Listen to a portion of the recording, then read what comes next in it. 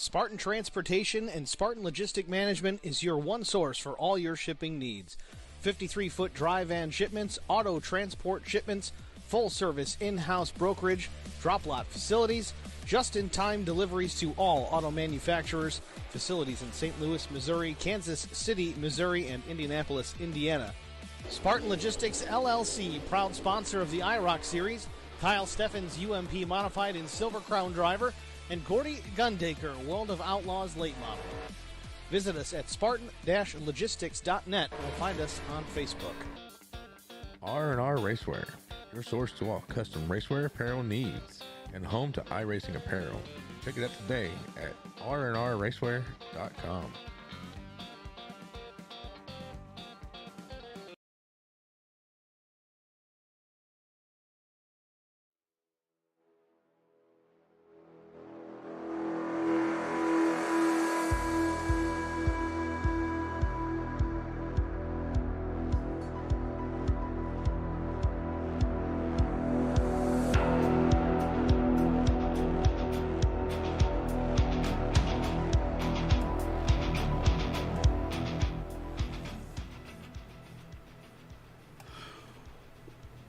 What's going on, guys? Hey, how are you? Repeat back with you, and it's round 2, race number 1 from Talladega for the IROC Contender Series. Guys are getting further and further into this playoff race. Just a very limited, less than a handful of races left to go before they're going to go ahead and crown the champion. And why not kick off this round with a big wild card? As always, in the booth, the one and only Byron Jones, Yote King, over on Twitter. Byron, good to have you back. We missed you last week for their Dash for Cash, where somebody walked away with a cool $100 in their pocket. How are you, bud? Welcome back. Oh, Pete, I'm doing fantastic. I can't wait to see what these guys are going to put on. Talladega, one of the most simplistic tracks on the schedule, but yet the most intense track we see on the schedule. Guys constantly pushing one another. The end of the race is 3, 4 wide, maybe even 5 wide sometimes. I can only imagine what tonight's going to bring. These guys are going to come with some serious heat when this one's all said and done. But I'm doing pretty good, Pete. How about yourself? I am all right. Looks like their practice is in the books. Let's kind of bring up the race info for tonight, and then we'll pick up with some of these guys as they go ahead and place their Q lap down. That's right, qualifying in and underway. So this is what we got on store. Again, Season 5 playoffs, Round 2, race number 1. From Dega, looks like air temp pretty decent, 74 degrees. Track temp just about 123. So we're talking about some really great, great settings, great surroundings for this race. We should have just about 20 guys, maybe 1 or 2 more, maybe 1 or 2 less. But either way, it's going to be one hell of a pack all the way around. Let's see if we can't pick up on some of these guys. Yes, sir, we'll be in qualifying. I mean, that doesn't really help you that much, but if you start up in the front, get those lead a few laps, get the most laps led, when it's all said and done, you're going to find yourself sitting pretty good. As we're looking here, Neil Quick, he's going to go ahead and start his way off onto the track. We'll have to see where he's going to place himself out, along with a ton of other drivers out on the track getting ready to take their time, Speed. Absolutely. Got to go ahead and bring up your track map and your scoring pylon. That way you can keep up with everybody as they put down their time. If you got a favorite out there, go ahead and shout them out now. And on top of that, let me know who you think, when it's all said and done, who is going to be the one that sees Barney in that green flag first. Again, we'll go ahead and bring up your scoring pylon right now with your track map so you can keep track of where all these guys are as the race unfolds. As you said, keeping up with Neil Quick right now. So far, as you can see on that scoring pylon, nobody has put up a time as of yet. Most of these guys, like we're watching Quick right now, I was told in these next gens, Byron, and you get a little bit more track time than I do, definitely a lot more seat time in these cars than me. I was told that the high line around these super speedways in the next gens is not the line to run in. Oh, really? I don't know. I seem to disagree. The middle lane is the best lane. So yeah, the high lane is not the best, especially in the next gens, because the cars just get so loose, and the apron's so tough. Because if you get so close to it, like we were just watching Neil, it didn't happen to him, but you can spin the car. It's really, really tough to sort of navigate throughout, which is where you see guys almost a lane up off of the yellow or almost up on that second dotted line. Second dotted line could be the fastest line for the Xfinity cars tonight. I don't know why. I don't know what momentum they create, but they create the best momentum and the best all-around just driving period for these guys. Yeah, these next gens, you got to figure out which pinion you're going to use, your brake bias, and everything. I mean, this is not an open set community league or club, whichever they call themselves. These are all fixed setups. So looks like Neil Quick on his first lap under time. He's going to log in or slot in right at P number 7 in this number 2 Spartan machine. So far, Brian McCann in this Dale Earnhardt throwback, this number 3. He had one hell of a race last week. He was just sitting up top, but Aaron Smith just went ahead and took that away. How about we check in with Jeff Napier just a little bit further down in this number 40, just guiding it right along that butter and going to do everything he can to really put up a solid time. And he is not straying away from that yellow line much at all. No, not at all, especially in the Xfinity cars. They can handle that yellow line, but look at him. Wow, he's going to get that car all the way under there. He's going to get loose for sure. We're going to have to see where he's going to have to place out time-wise, but 14, 15 cars have now made their times, and that is going to move Napier up to P number 9, 7/10 of a second behind the leader. Yeah, I'm curious to see exactly what the gap is going to be between first and second when it's all said and done. Now checking in with the 96 of David Trumbley. Again, all Spartan Chevy Camaros, just like what the actual IROC series used to be. So every car out there painted somewhat similar with the main Spartan transportation or Spartan logistics theme across every single one of these machines. Great sponsor in Spartan transportation and R&R Race Graphics. Or Raceware, excuse me, not Race Graphics. All right, so replay looks like the qualifying is done. Just a little under 5 minutes now set aside for a warm-up. Everybody go on out, shake off those last second jitters, and get ready to turn them loose for, I believe it's 100 laps tonight here from Dega. Definitely looking forward to every single one of them. And again, Byron, I'm glad you're back. Any Have you heard anything from any of these drivers? Is there a favorite that you've got, or have any driver said, "Hey, Byron, you really want to watch out for me tonight"? I haven't got the chance to, but I can only imagine one of those guys, Aaron Smith. I know I talk about him a lot, but he's one of the guys that I know truly that's here that we've seen him compete in other series, the Be-Water series, one of the biggest prizes we've seen that will soon be taken away, that we've seen that he has just done really well in the second half, and that was consisting of super speedways, road courses, mile and a half.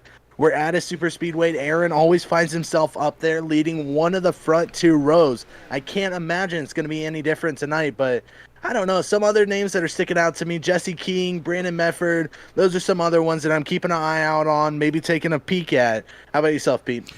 I tell you, you always want to see somebody that isn't maybe doing so well in the points, do well at one of these tracks, or maybe a guy that hasn't gotten a W yet this year. Why not knock it out in the second round, race number 1 of the playoffs? Maybe you're not looking forward to the next couple tracks. You want to be able to get in, get down, get dirty, get racy, and grab that W.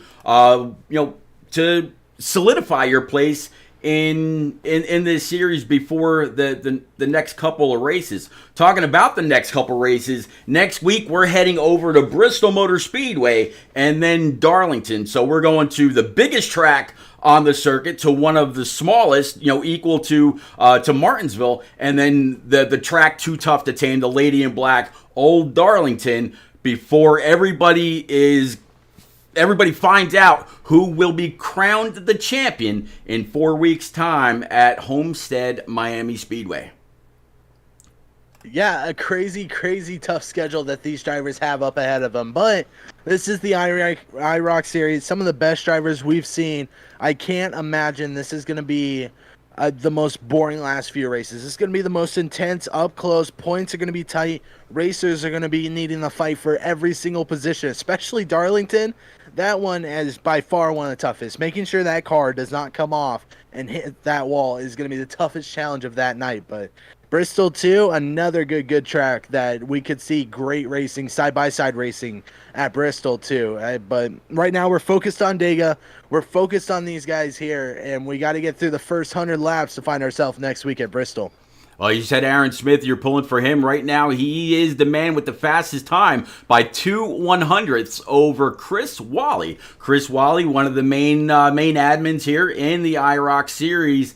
And so far, if he doesn't get bumped off by one of the remaining, 6 or 7 guys to take time, as we're looking at the 9, which is not yet put down a lap. We'll see what he's got under the hood. For actually Buzzell, his lap time up high was almost 13 seconds off. So down, coming through the trial, coming to the start stripe. Looks like the 9 will be able to advance. I'm guessing he's just running it easy. He wants to put down a time, but either that or he's having some kind of another problem. But the 9 right now, very slow. So we'll pick up Kevin McCann in this double 3. He's teammates with the 3. 3 right now sitting P3. Talking about Brian McCann in that Earnhardt throwback. Yeah, and if I'm not mistaken, we were just talking about a few weeks ago at Phoenix. Those two battling each other up front for almost the entire race. It was incredible to watch. Unless if it's someone else, but I'm pretty sure it's those two that were going at it just back and forward, trying to compete against each other, and then one of them came up on top, the other one found themselves short, damaged. But as now we check on over to the 7 of Brown, which is currently in position number 12. Pete, a lot of these guys I think are just taking solo laps. Aaron Smith, Wally, those must be guys in a draft right now. Yeah, I would imagine so. But I don't think you'd be back, 11, 12, 4 or 5 seconds unless you're really hauling, which, hey, anything is possible. All right, so we're going to go ahead and clear the boards. It looks like their warm-up time is complete. And they're about to go ahead and set the grid. So we're going to go ahead and pull up your grid for you as well. Let's do that right now. So here we go. So you mentioned him, Byron. Aaron Smith in that number 70. He will be the control car for at least the initial restart, or for the initial start, rather, in this number 70. Talking about Mike Koch there in the 00 sitting P2. Brian McCann in that number 3. That's a beautiful car. Again, you can't talk about Dega if you don't think about, Dale Earnhardt. Kevin McCann to his outside to complete row number 2. Row 3, talking about Dave Brown in that number 7 with Stoney Benfield, P number 6. P7 is going to be Tim Schofield in that number 12. P8 to round out row number 4 is going to be Chris Wally. Jeff Napier in that number 40 going to be P number 9. P10 round out row number 5 is going to be Neil Quick. Cook Quick in the 23 is going to be P11. And P12 for round out row number 6, James Kaufman. The back half, Byron, all you. P13 is going to be Joshua Funkhauser in that 81. Starting next alongside with him is going to be the 25 of Jesse King. And then in the row behind him, number 15 of David Tremblay, going to be starting in that number 96. He's going to be finding himself just a tad bit back. The 11 of Brian Reek, going to be starting in P16. P17 is going to be that 9 of Paul Buzel, I'm going to say. I can't pronounce it just exactly. And then just next to him is going to be that 17 of Dakota Clark starting in P18. And then these last 3 are drivers that did not take a time in qualifying. That's going to be the 83 of Brandon Medford starting P19, 46 of Chris Medford starting P20, and then starting in P21 is the 20 of Jamie Abriel. Yeah, that 21. So we're gonna have 21 cars out here, and it's gonna be one hell of a time. Let's go ahead and clear the boards. Let's go ahead and bring everything back up. That way, you guys again are able to stay in the know. And whether you're out there watching on IROC TV, Twitter, Facebook, or YouTube, big welcome. Thanks for coming out, hanging out, keeping Byron and I company. Looking forward to chatting it up as always. The lights atop that pace car are out. You can only imagine what's going through Aaron Smith's head. How does he want to play this restart? Does he want to try a first gear restart, maybe pull along, or make sure that he stays backed up to that number 3 so nobody gets a run on him as the race goes on? It's gonna be interesting, Byron. But I am absolutely ready to set this field free. Yes, sir. 100 laps from Talladega. Today is going to be one of the best races you're going to see at a plate track. And this is going to be with the one and only IROC series. Smith and Koch going to go ahead and leave them to the Geico restart zone as they are slowly coming around the pits. Yeah, slowly coming through the trioval there. You see him entering right now. You see Barney the flagman. He's got the green flag in hand. We are about to go green. Man, it's going to be a great 100 laps, Byron. A lot of competition, a lot of movers and shakers. Green flag's out. Let's go. Sir, green flag is waving. Can't find my words already, and they are out to the races. The number 70 of Aaron Smith and the 3 of Brian McCain are going to go ahead and take the jump as that outside's falling apart very quickly in the first lap. Yeah, it's kind of interesting to see the outside fall apart that quickly. I mean, yeah, you normally see people migrate to the bottom line, but that quick, not so much. Either that or maybe just did not get a great restart. Maybe somebody in 3rd or 4th gear trying to catch up to the pack as they were moving along and just did not go back down. Or Byron, we've seen it before many times. That'll just be their strategy. They just get to the outside, they drop back, let off the throttle. Coming to complete lap number 1, Aaron Smith's going to gain that point with big help from the 3, the 7, and the 33 to round out your top 4 across the line. There you go. He just wanted that point. Now he's going to go ahead and fall back, finding himself all the way up in the 3rd lane. Meanwhile, that 2nd lane slowly starting to form again with the 00 of Mike Coach now leading the way there in that middle line. Did start up in the front. Now he's falling back, and here he comes once again with some help behind. Oh, you know something? I better check this right quick. I have a feeling everybody that's out here is listening to some very muffled V8 engines. Let's go ahead and crank that up for you. I apologize out there to anybody that's listening. You definitely want to hear these things at full song, nothing less. There you go. My apologies.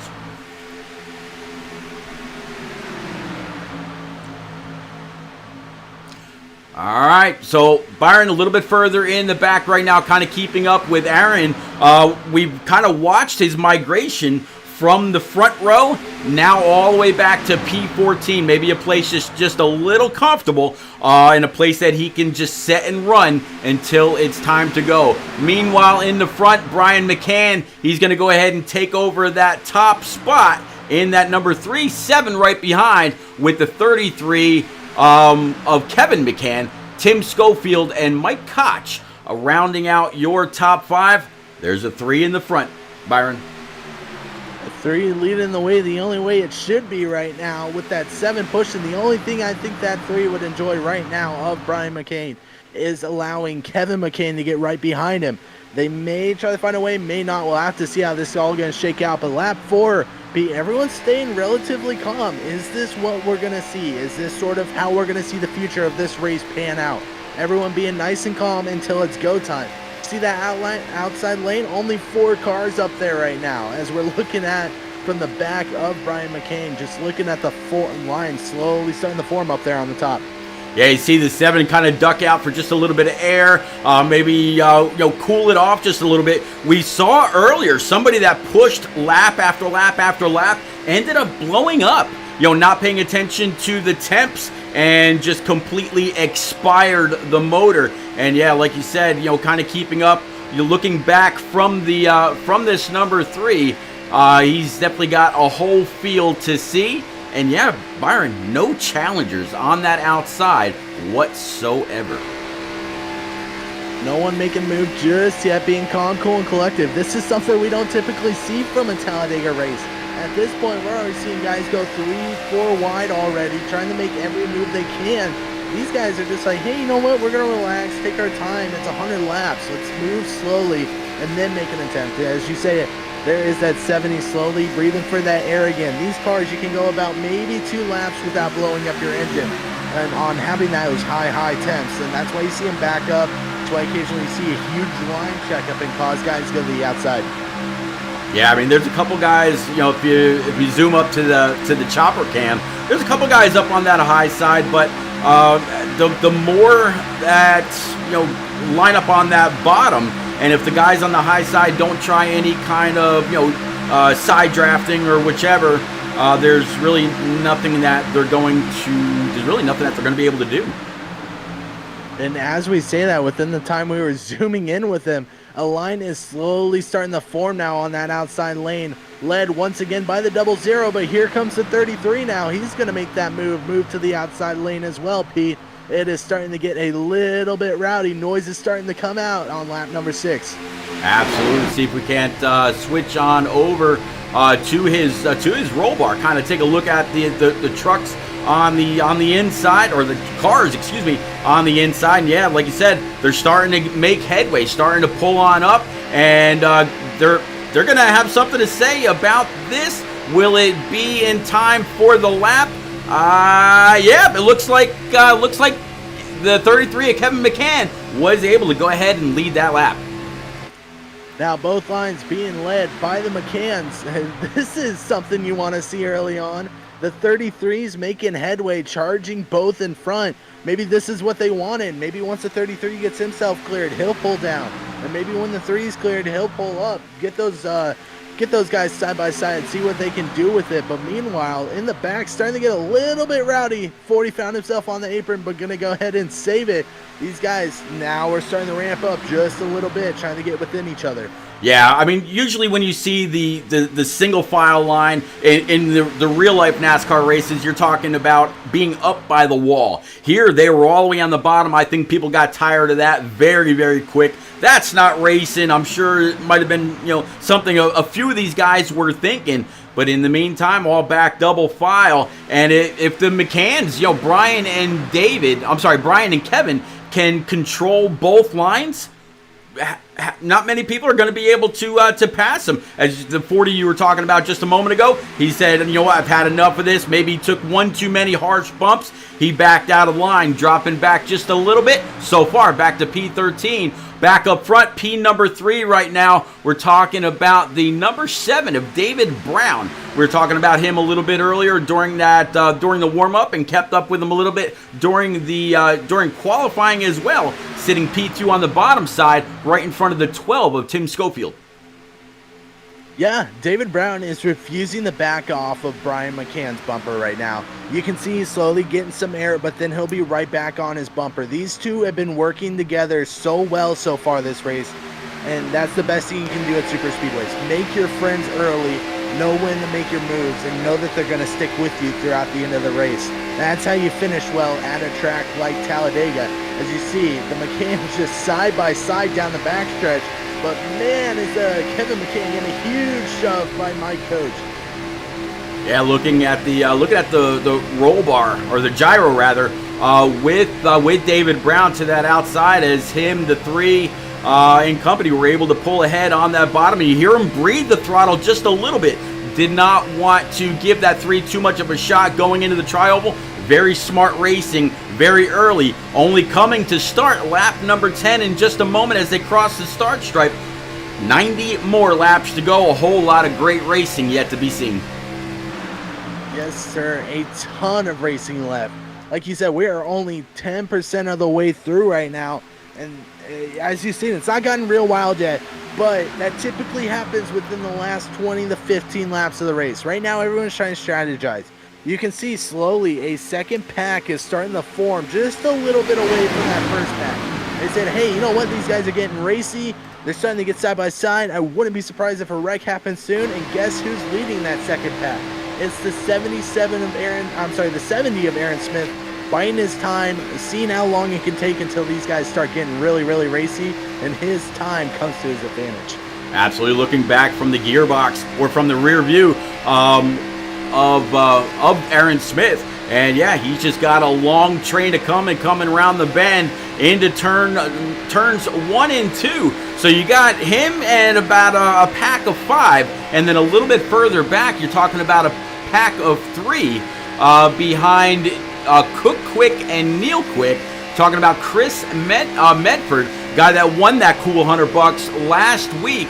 But man, I tell you what, Phoenix we ran, and there was only one caution all race, and if I'm not mistaken, that was just because somebody got a little throttle happy, and spun themselves out coming off of a corner. Last week, the Dash for Cash at Charlotte, the Beast of the Southeast, that race was a lot of fun as well. Here we are now, 11 laps into this round 2 race 1 playoff race from Dega. So far, so good, so all green. Yes, it is. Green is the name of the game for Talladega. You keep this track green, you keep it clean, these guys are going to race really hard. Once the yellows start flying, that's where the issue comes in. Constant wrecks, guys getting packed back up again, getting stacked back up again, and then they're having to battle themselves back through once again. But now you can see they are playing a smart, calm, cool, and collective, like we keep mentioning, but time will bite. How long will time bite for? We'll have to see. Plus, pit stops, they're going to be inevitable. It's going to happen. These guys are going to have to come down, and let alone that big wreck. Pete, we always see it happen in any league. The big wreck happens, and that one's also inevitable. We'll have to see, though. We've also seen some races go green all the way to the end.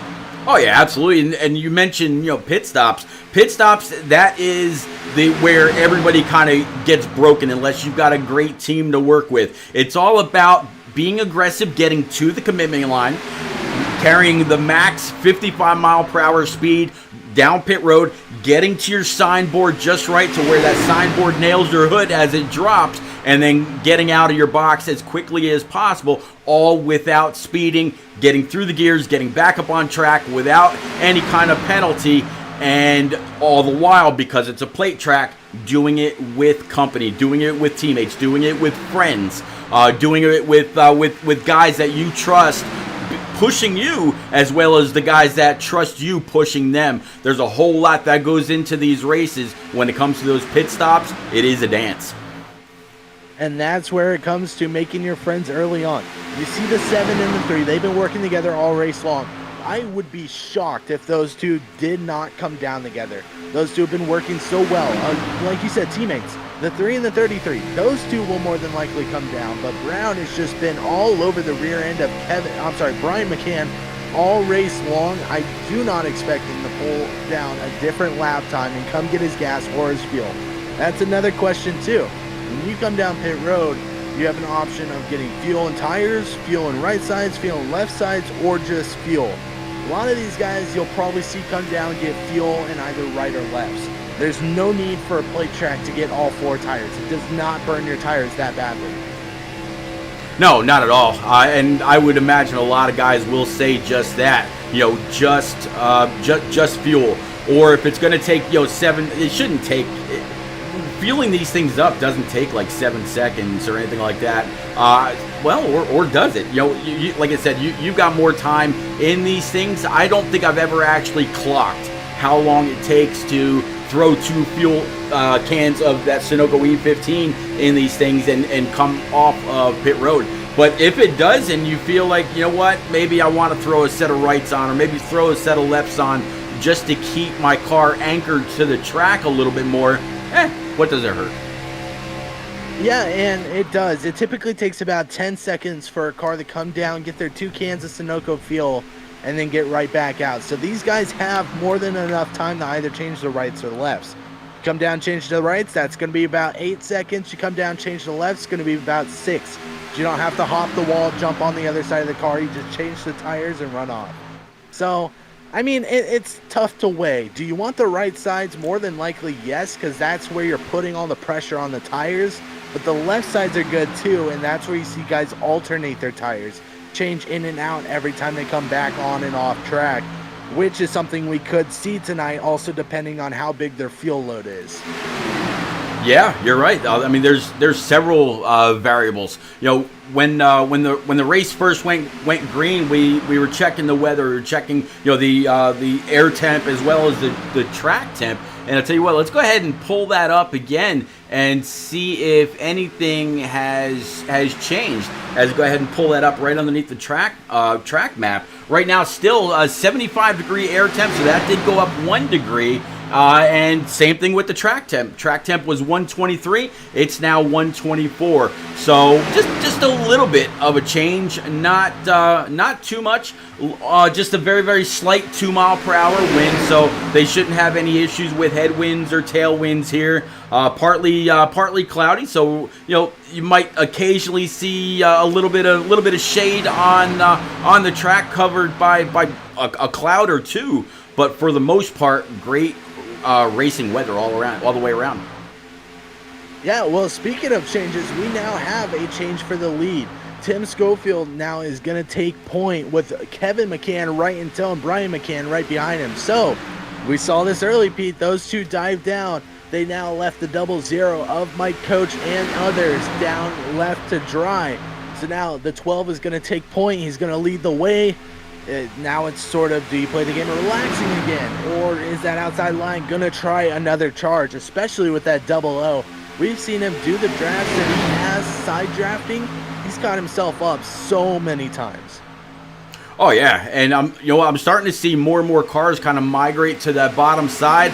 They're 18 laps in. I gotta kind of wonder, as I was just watching that 33 blink in and out just a little bit. Yep, here we go. 33 and company coming on down pit road. 12 is going to be the first to hit that line. Oh. Did he whoa and slow it up? I don't know.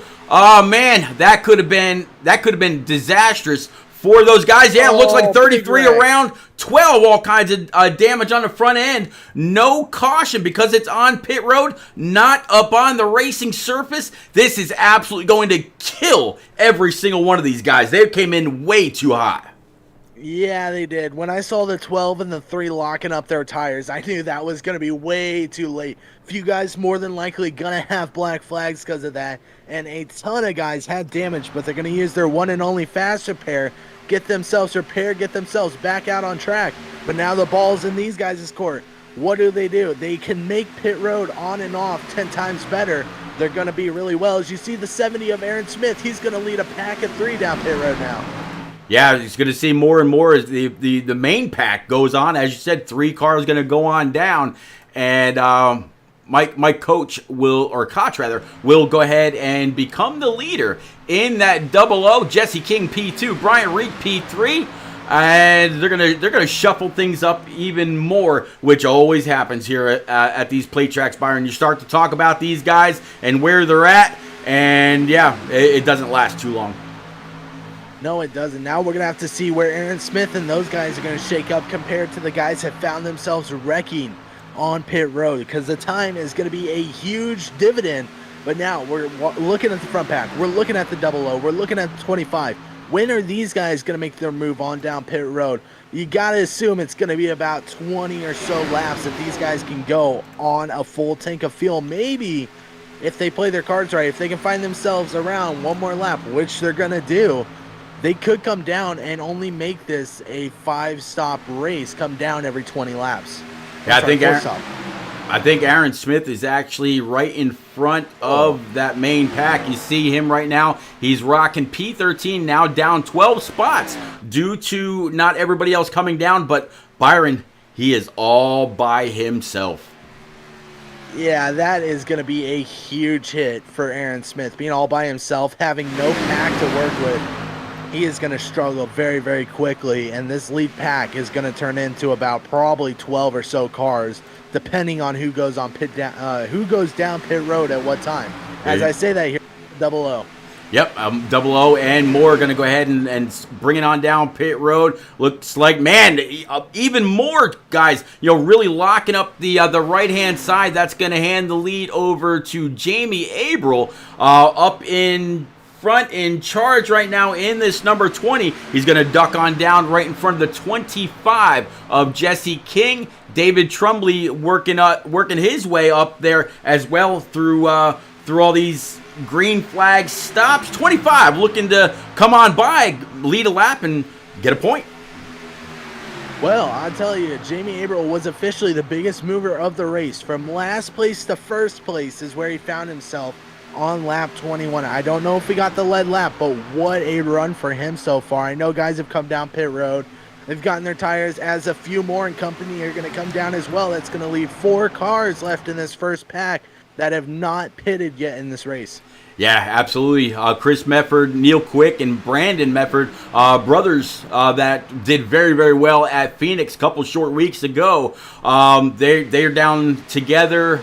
And, Jesse King, Stoney Benfield, Jamie Abril, and David Trumbley yet to come on down. And Byron, would you be doing what they're doing right now as we're watching them? They're racing side by side, not nose to tail, where they'd be able to keep up max speed. These guys probably were able to save the most amount of fuel deep in the pack. Now they find themselves leading, but yet to come on down pit road and racing like this, they're losing time. Yeah, from having an unbearably amount of hours of just racing super speedways, you do not want to race side by side. And here comes the 25 and the 75 of Stoney Benfield and Jesse King. Oh, Stoney's going to get in the grass. He's going to spin himself. That's now going to leave yet another car by themselves when they come out pit road. A lot of these guys are finding trouble, and it's all down the entrance of pit road tonight so far, Pete. Yeah, I mean, if you're the 75 and you had a plan of maybe taking, right sides and fuel, you change that as quick as you can, take the tires out of the equation, just fill it up and get on out as quick as you can, get up through the gears, carry that max speed down pit road, and hope for the best. Through all that, Jamie Abril in that 20 and David Trumbley in that 96. Now the top guys, Jesse King, he last pit on 23, so just a lap ago. Last 2 coming on down pit road. Byron, look how much speed they're carrying. Yeah, if you play it right, you bump that brake bias all the way up, down pit road is going to be a breeze. That's where most of these drivers are picking up their time, on and off pit road. If you can make it almost perfectly, as you see, 25, he did a really good job because he's now going to lead this pack that's coming up to him. Although they're going to blow by him, he did not lose them. You can see a second pack behind these leaders as well. As soon to be once Tremblay and Abril get off pit road and they pass them. But pit stops mean everything at Talladega. Coming down, making the quickest pit stop you can. That's how you prepare yourself. That's how you get yourself in prime position to win a race. Absolutely, Jesse King. He is going to be able to slot in with the leaders right about P number 7. So yeah, not too bad for him. I think he got very, very lucky in that mix. And how about Aaron Smith? We were watching him. He was all by himself. Well, able to find himself P6 up on that high side in that number 70. So this group caught him. He was able to kind of fit his way in and stay very, very relevant in the lead pack. They're racked and stacked back up. Let's see for how long. So the first people to come on down pit road was on lap 19. So we'll start to see them all again, I would imagine, right about lap 38 to 42, depending on how much they're able to save based on their position in the pack. I know what's happening now. I just caught along. That 96 and that 20, they came down lap 24. If you can stretch it to 25, 26, that means you only have to stop 3 times versus the rest of them stopping 4 times. But that 20 is in a terrible, terrible situation right now. He's got no one around him. No help, nothing. So that is going to hurt him really, really bad. Looking at the track map, you can see he's currently going in the 1 and 2. The rest of the pack is finding themselves in 3 and 4 currently. But that 96... don't count him out just yet. He is, I believe, in a draft. Maybe. Yeah. He's within a draft. So he has time to save the fuel. If Wow. he can save a lap and a half, he's going to find himself possibly winning the race. We saw 2 very slower cars behind him. Yeah, those guys, side by side. Now he's got to be pretty fortunate. Byron, I remember when the next gen cars first came out, you could not be more than 2 to 3 tenths off the back bumper of the guys in front of you, otherwise you were fried. And it wasn't only here on iRacing, it was realistic over to the actual Next Gen Cup Series, because I remember Denny Hamlin and Kevin Harvick and a few others being just a little bit too far back and completely losing the draft. They've made some changes to these cars, and now you start to see David Trumbley slowly but surely working his way back up, and it's not because he's got any help from behind. See, that would be good if you're in the next gens. We are in the Xfinity cars. I don't know if you knew that or not, but they are in the Xfinity cars. So they're driving. Have I been saying next gens? Right, yes, you have. I'm like, I'm listening here. I'm like, next gens. Wow, these cars look realistic. No, but yeah. Look at this, man. He is already back up within the pack. You were talking about the draft capability. I mean, regardless, next gen or not, he has pulled himself right back within the leaders, and he was sitting almost a second and a half behind him. And now he's going by everybody like they're standing still. That's how crazy draft is at a track like Talladega. Yeah, that main pack now, you got 4 up high and you got 6 down, or 5 or 6 down on the bottom side. Yeah, 6 cars. So you got a little pack now of 10 cars. Everybody else still very, very broken, and that was what I was talking about earlier with getting on and off pit road without any issues, no speeding, no nothing. And yeah, so we went from a very, very clear 21 car pack down to 10, and the rest spread out throughout the track. I believe, though, if I'm not wrong, they do have a yellow that flies, correct? At some point within the race, I believe it's a competition caution or stage break. Is that this series or a different one I'm thinking of? I think you might be thinking elsewhere. Okay. I thought for some reason these guys stopped, but I guess not. So all the way through then, that's where that 96 is going to have a huge advantage, being able to save those laps over everyone else. But in the same boat, save laps by yourself, you're going to have no one around you to help at all. It's sort of going to be you're left in the dust to drive by yourself for a lap or two, which does hurt you. So I don't know, Pete.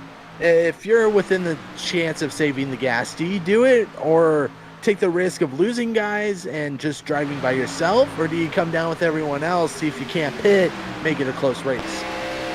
Yeah. You gotta try any possible strategy that you can. Riding on board with Paul Buzzle as he kind of blinks out just a little bit, so I'll go up 1 to Chris Wally here in this number 51. Chris right now sitting P number 9, down 1 spot from where he qualified, as he definitely sees some wrecking up ahead of him. He's got to try to get off the throttle without getting run over. Yeah, caution number 1 is gonna fly. Looks like Jesse King and Mike Koch are going to be a couple people of interest. So we'll ride back, find out what happened. But caution number 1 flies on lap 30, starting lap 31. Not too shabby. So everybody's going to be able to get racked and stacked back up, maybe go on down, top it off, and this will change everybody's fuel strategy if those guys were trying to go a little bit further, as you mentioned a little while before. Yep, that is very, very unfortunate for them. But and now everyone's on the same playing field, so it's going to be a battle now. But we'll have to see. We'll have to see what the wreck conspired, what all caused the wreck here, and maybe see who was the big cause of it. Yeah, let's go back, check in with Jesse King, and fly from there. All right, so he's already up in the wall, and I have a feeling the got some help, maybe? Yep, I think he might have got a little help. Let's stop it from there. We're going to jump on board with the 00.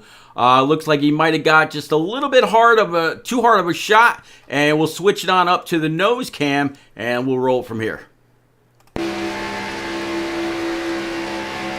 Oh, yep, little too far on that outside corner, and the wreck ensued. Oh, wow, look at the 3. Go on board with that 3, and huge save from him. He almost went around, but very, very unfortunate for the 00, for the 25. Those two were doing fantastic and then just found themselves caught up. Yeah, the 3 is Brian McCann, so let's see if we can't catch up with him.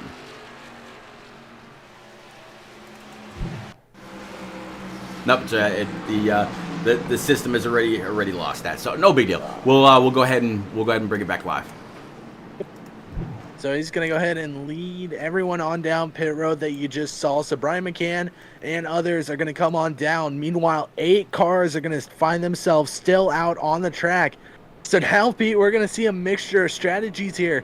Guys that are staying out versus guys that are coming down pit road, getting those tires, getting those feels. Got to be figuring out what's going through their head, right?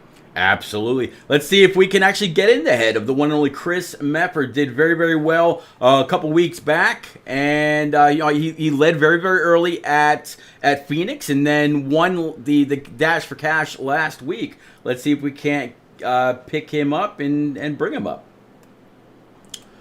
Chris, it's repeat of Byron Jones up in the booth, bud, keeping an eye on that number 46 Spartan machine.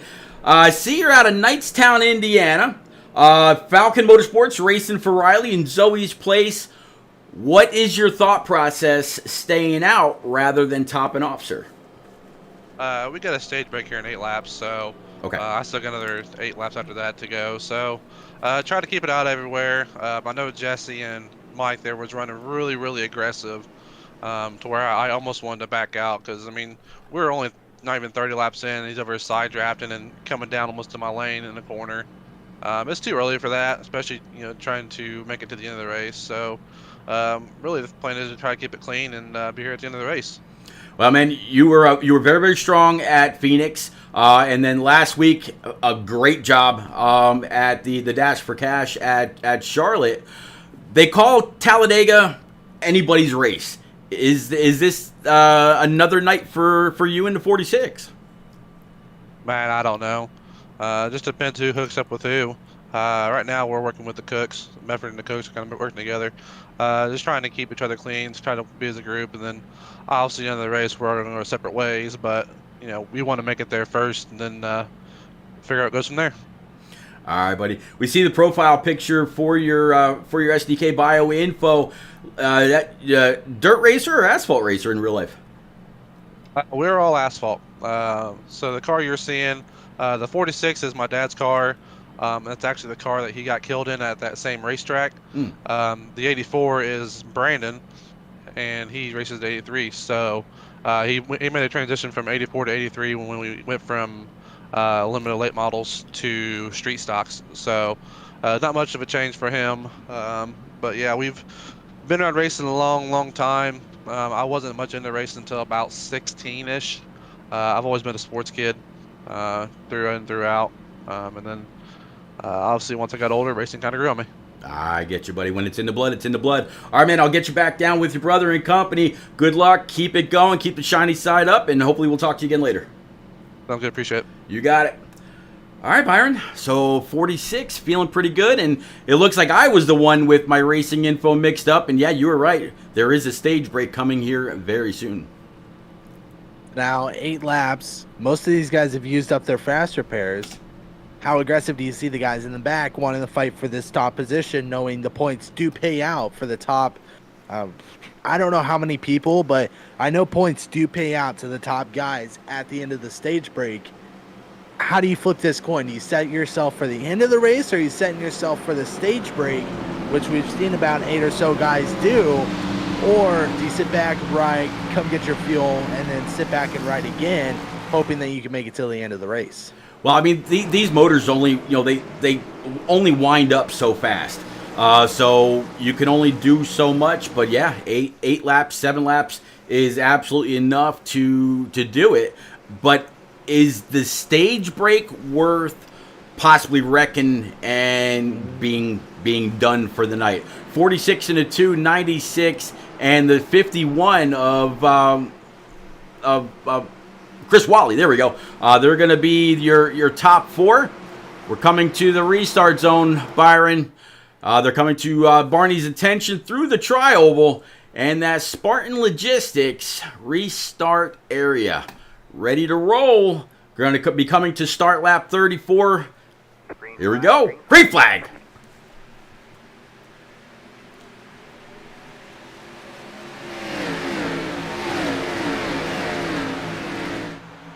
Green flags waving. They are off to the races. 46 of Chris Mefford and the 2 of Neil Quick already lined up very quickly. We are now going to have the question answered. Do you play it calm or do you ride it out? As wow, these top 5 have just blown away from the pack. But wait till they come back, because that draft is going to be huge when they come screaming in. Absolutely. This is something you do not want to do. Although as they fan out, once that bigger pack does catch up to them, they will have nowhere to go, so they'll have a better chance of being able to keep the position that they've got right now too wide. They got the bottom line and the middle line kind of taken up. So when the 11 catches up to them, that's going to be Brian Reek back here. He's going to have nowhere to go. He'll actually jump on to his nose cam, and yeah, he's got nowhere to go. He's going to have to stay right behind the P3 car on the bottom for now, as you see the 83 up to his outside. I think Brian Reek's struggling. He has some damage on that right front. You can see through the roll cage, as well as he has some on the back end too, affecting that arrow. So I think that beginning of the restart was just him struggling to get the car up to speed. You can hear him letting out of the gas, trying to stay behind him without pushing him too hard. Pete, we got 3 lanes going on right now. Yeah, you see the 11 all the way up high. 12 almost got the 83's right rear to the same point that what caused the last caution. You definitely don't want to do that. But how about those guys that wrecked going on to pit road or sped going on to pit road? Byron, they are all right back in the mix, and they've all got a chance to do it right from here on out. Yes, they do. 5 left in the stage. Now it's a battle for every single position these drivers can pick up. You see first and second, there are 2 lanes going on. The 46 of Chris Mefford getting a huge push from Neil Quick. Meanwhile, the 51 of Chris Wiley is struggling to get some help from the 96 of David Trumbley. Yeah, Dave Trumbley, I mean, he's trying to get up there. At the same time, 83 knows that he doesn't want to push the pusher, doesn't want to have any kind of an issue. Is the 51 of Wally moving up too high? Is he giving too much room to the bottom lane and not able to, make sure that he's got the shortest possible route, even though he's on that outside lane? Yeah, if I'm that 51 right now, I'm trying to get as close as I can to the driver down below me without hitting him and pull off that side draft. It is huge in these cars, especially the Xfinity cars. You got to get down, pick up that side draft, and move yourself back up. That's how you make the best moves. And it's said week in, week out with these cars, you got to get close enough to almost touch their quarter panel without doing it. It's a lot of skill too, though, being able to do that. You can see a huge shove coming from the 2 of Neil Quick. As you see now, that 51 slowly making his car in the camera frame as he's about to go side by side with the leader. Yeah, 51 able to pull up to the outside and really doing everything that he possibly can. He even looks like a little bit of side draft right there to the outside of the deuce. But just not able to pull the deuce off the back end of that 46. But good to see Chris Wally up here and really battling it out. If he can get that 96 to hook up on the backstretch, they might have a chance to come on down and take the lead. But it just doesn't seem like it's in the cards. Maybe the 96 not quite comfortable. Not sure. Yeah, 2 laps remaining, though. These guys on the top got to get their butts in gear. Got to start doing something. Get themselves up there. You got to allow yourself to have a shot within this last lap for some points. As we see further back, this 12, 20, 0. What do they have to do to find themselves within the optimal position to collect some stage points, pick up possibly even the stage win? I don't know. We'll have to see. I think a lot of these guys are just content with riding, picking up with what they got. And I can't blame them. It's Talladega. A big wreck. You saw the big wreck happen already. So a lot of these guys have already used one faster pair, and now you got to save the other one. Well, you don't have one, so you got to make the car last until the end of the race, rather. Absolutely. The 51, I think he might have saw a glimmer of hope for just a moment down coming through the trial. Well, one of the oddest places that you'd pick up a big push. Was able to just about take the lead, as they've actually gone all the way up to the high side. They're going to move on back down again. I'm guessing the 51 might have seen something or felt something maybe on the previous lap. Maybe just wanted to try something new to see if maybe he was able to carry a little bit more momentum off the corner as they're battling for the lead. That's a good move too. I mean, going up to the top, allowing yourself to, as I just saw a few guys come on down pit road, probably strategizing themselves, but going up to the top, allowing that arrow to cut off on your right side, and now you only have arrow pushing off that left is huge. But in the corners, you got to get really, really close to that car below you so you can pick up that draft to allow that to happen on the backstretch. Here he goes. You can see him floating all the way up. He's cutting off that arrow on that right side, trying to make it to the left only. Yeah, big gap between the two. One full lane. 51 able to surge ahead by just a little bit. But will it be enough? Is he going to be able to possibly do something like that coming off of turn number 4? Coming through the trial, well, this will go ahead and complete lap 40. The brake yellow will fly. So far, though, 46 into 2. Huge shove. Yeah, I think that 46 is going to have it unless they give one last-ditch effort for that 51. Not going to happen. The 46 is going to pick it up.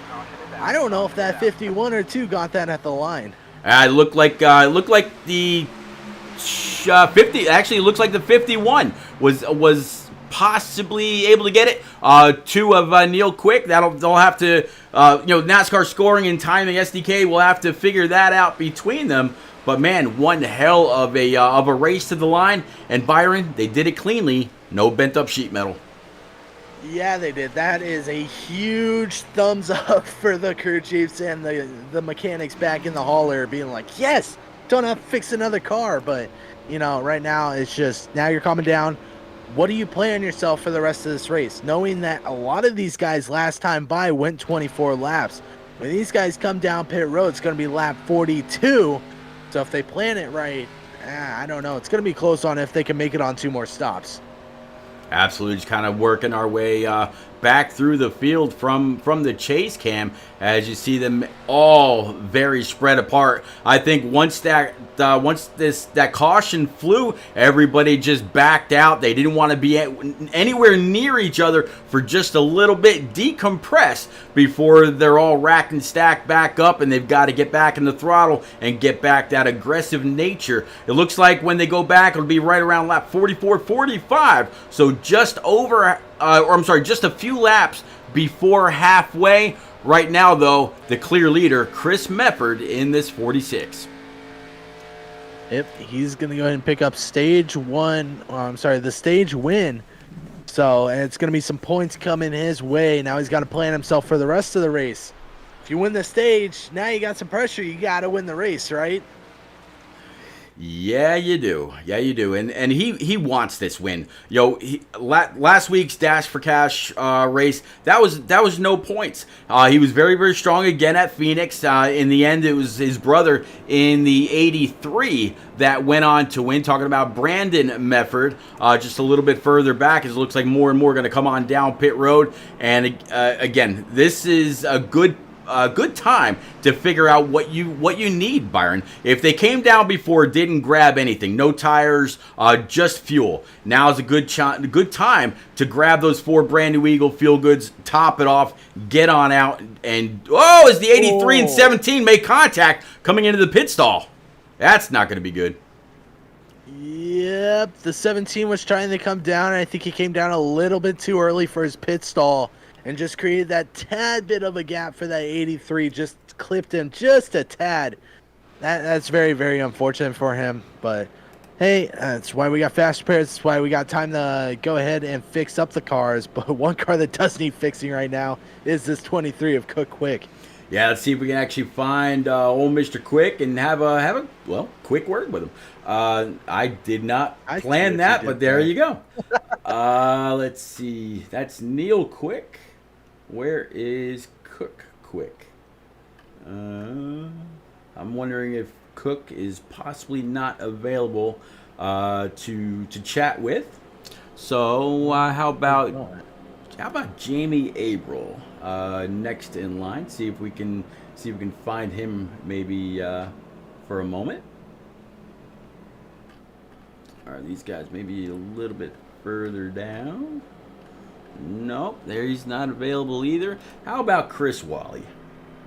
Where are you at, Chris? I see Chris Wally. Let me pull him up. All right, please do.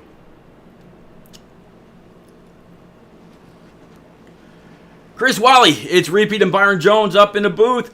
But out of Tallahassee, Florida, looks like you're a Green Bay Cheesehead Packers fan. If that is right, either that or it might be an old Notre Dame picture. Not 100% sure. But you're sitting P3 in line behind Cook, Quick, and Jamie Abril. You were on that outside line. You had halfway decent pushing. How you feeling about your 51 and your chances tonight?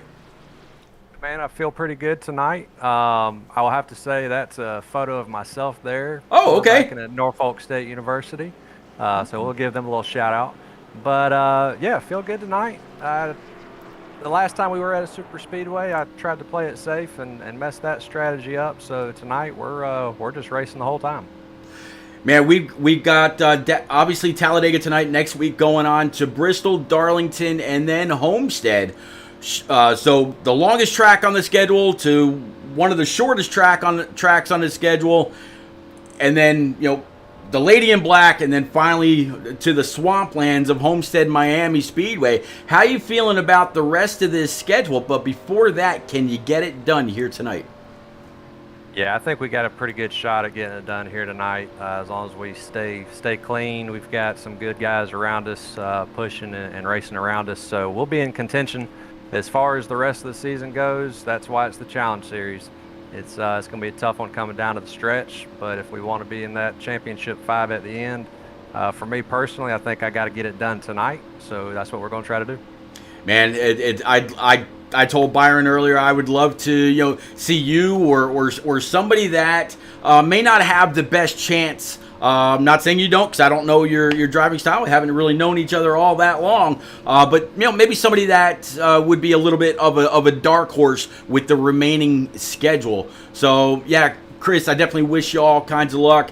Like I told the 46 earlier, man, keep the shiny side up, and hopefully we'll be talking to you a little bit later as part of the podium. Yeah, man, I appreciate it. You got it. You were with Brian Reed, correct? That is correct. Alrighty, I'll go ahead and get you down there. Well, Pete, it's going to be interesting. Now you got to find yourself for the end of this race. We're on lap 44 of 100. These guys nerves are starting to come up just a tad bit. Got to find yourself up to the pack. Not super quickly, but quicker than what you should. No joke, towards the 23 of quick, but now, how do you plan yourself? I mean, you got the end of this race. You got to play it smart, cool, collective. It's got to be a lot of things going through the driver's mind right now, right? Yeah, absolutely. I mean, saving fuel is going to be part of it. I don't think anybody can go, the 30 laps that it might take to try to make this on one stop. So we'll have to see. But pace car is off. They're coming through the trial. Well, they're going to be coming to Barney's attention. Byron, why don't you go ahead and take us green? Alrighty, the 23 of Cook Quick and the 20 of Jamie Abril are going to lead us. You see that huge pack on that inside lane. They're going to attempt the fuel-saving strategy. We'll see what happens. Green flag waving, the 23 of Cook first on the loud pedal. He's going to take off in the pack.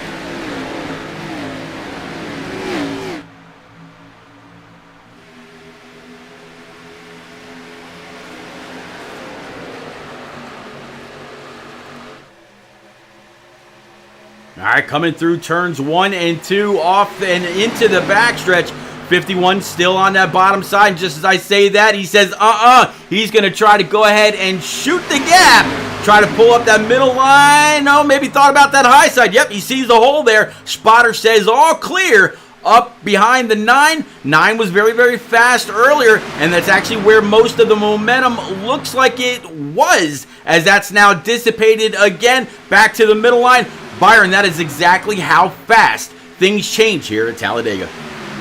Talladega changes a ton, and guess what, Pete? We are 3 wide right now through the tri-oval. The 9, 41, and the 51 all leading headways for each lane, but the most dominant one right now has got to be that bottom lane. 20 checked up just a bit, just about into that 9, but everyone keeping it calm throughout the first lap after the restart, and that 51, he's looking for headway on that very top. Absolutely, Chris Wally all the way up on that high side. 4 cars in the middle. A longer train of cars on the bottom, but they are not formed up whatsoever. Not quite sure if they've got somebody with a little bit of damage kind of leading that procession. or if they see this 3-wide action in front of them and they want just a little bit of reaction room should a caution or should a wreck happen and the caution come out. That way they're not part of that yellow. Yeah, I don't think anyone past these guys want nothing to do with this race right now. 3 wide after the restart, after we've seen these guys run single file line for a little bit over a quarter of this race. Now it's racing time for everyone. They're going to fight for the position they can. And it's just, oh man, look at that shot. It is so beautiful to look at. You got to love Talladega. You got to love the capabilities of going 3 forward wide. And just the product of racing that this all creates is huge. And it's fantastic for not only us, but the viewers and the drivers on track. Absolutely, double wide. It looks like the only clear line is the leader. Behind him, double wide, triple wide, double wide, double wide, double wide. So yeah, I sound kind of like a little bit of a broken record as second getting a little froggy. Maybe trying just to pack a little air on that right rear. But man, that leader's got to be loving what he sees in his rear view. And we'll actually go ahead and take a look at that rear view, see exactly what he's seeing right now. There it is. I think he's seeing a miracle, Pete. Is all he's seeing behind him. Huge shoves from this, I believe that's the 20 of Jamie Averill, giving him a huge shove, a little bit loose. Just about found himself in the catch fence, but he kept it clean, kept it safe. 9 and 00 gave him room there. Yeah, they really did. You see the 9 come on down, dip onto the right rear of Paul Buzel. I'm going to take a shot at. I should have asked him before the race kicked off. Said, "Hey man, how do you pronounce your last name?" That's what I did last week with Schofield and a couple of others. As we're going to go 3 wide for the lead. Yeah, I don't know if I like that 20 down there right now. He is struggling. He's moving up and down that lane a lot. Down on the bottom lane, but nonetheless, the 96 of David Trumbull going to go ahead and take point position with the 51 of Chris Wally, giving them a huge shove down the backstretch. Those two making it clear that they want to be first and second places. I believe someone nipped the wall down the backstretch. Yeah, I tell you, the 51 of Chris Wally, when we just talked to him, he said, "Man, I feel like I got to get it done here." And he said he felt like he had a pretty good chance at it if they don't make contact to his inside, get knocked up into the wall. Man. Oh, I thought we were about to see 4 wide right there, but the 20 wisely, decided not to move on up. Still 3 wide behind the double wide battle for the lead across the start stripe. 96 led that one. Battle for the lead heating up. Meanwhile, battle for third place heating up as well. This 9 and this 20. Those two are one to keep an eye on right now. Look how close there it goes. Oh! I knew it was going to happen. They were just making too much contact.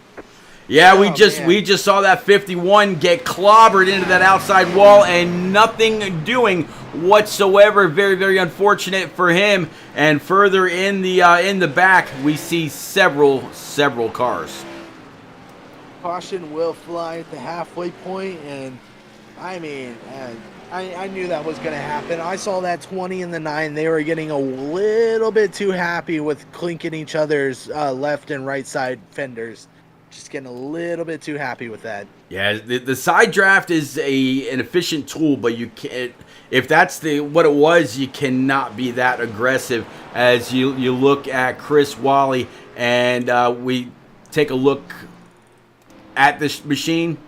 He's gone from having a bad fast machine and really wanted to contend to looking a bit like a modified. So we're going to go back and take a look. We saw it from afar. Let's see if we can't take a look a little bit closer.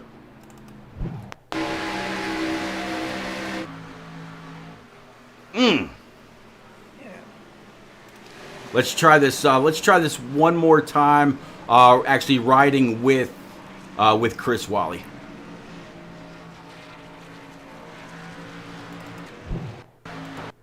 All right, we're going to switch over to Chris Wally, and let's bring it on in. There we go, and we'll play it from here.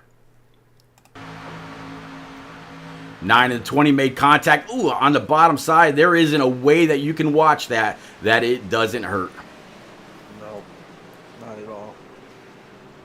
That's very, very unfortunate. We were just talking with him, talking about how great of a race he was having, and then just wrong place, wrong time is the best way to put it. But hey, he did have that fast repair in his pocket. Good thing he went ahead and used that up, because I don't think modifieds are allowed on a huge super speedway. But man, Pete, that sucks for a lot of drivers, just biting their time, and unfortunately in the 9 and 20 got a little bit too happy. But hey, it's Talladega, it happens. Guys get racy. That's what it's supposed to be. It's not supposed to be a sit back and relax all race long. As we hit the halfway mark in this race, man, now the guys are starting to ramp up just a bit. They're realizing it's go time. Got to start slowly making your way up through the field. Yeah, that 51's all fixed, repaired. One hell of a job by his crew. I tell you, Byron, with all the different clubs and leagues and communities that we broadcast for, it's easy for information to be misconstrued. So yeah, you were right about that fast repair, and you were right about the Xfinity. I have been all wrong, so I'm batting 0 for 2. Hopefully I can be right when it comes time to call a leader. But Jesse King up front in this number 25. Let's see if he's available to chat. Yep, looks like he is. He's sitting down there with Stoney Benfield. So we'll go ahead and pull him up and see if we can't have just a quick word. All right. Actually, it's telling me, did they give it to? Can you pull him up? I sure can. Give me Please one do. moment. I'll go ahead and bring him up. All right. Righty, maybe. There we go. Here's Jesse. Mr. King, it's Repeat and Byron Jones up in the booth, bud. You got that 25 Spartan machine in the win now. Your Camaro will be the control car on the restart. You've got the best track position that you've had all night long. How you feeling about this second half of this bad boy from Talladega? Nervous. I will leave it at that. First part didn't end the way I wanted it to, but I'll take track position right now. Anything I can gain for the championship is going to be for the better right now. Yeah, it looks like you're going to have Stoney Benfield to your rear and Brian Reek to your outside with James Kaufman.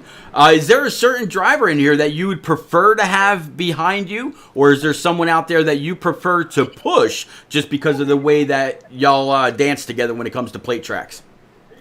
Oh, man, I'm very comfortable with Stoney back there behind me. Me and him, we're in the same group all the time together, talk 24/7, feels like.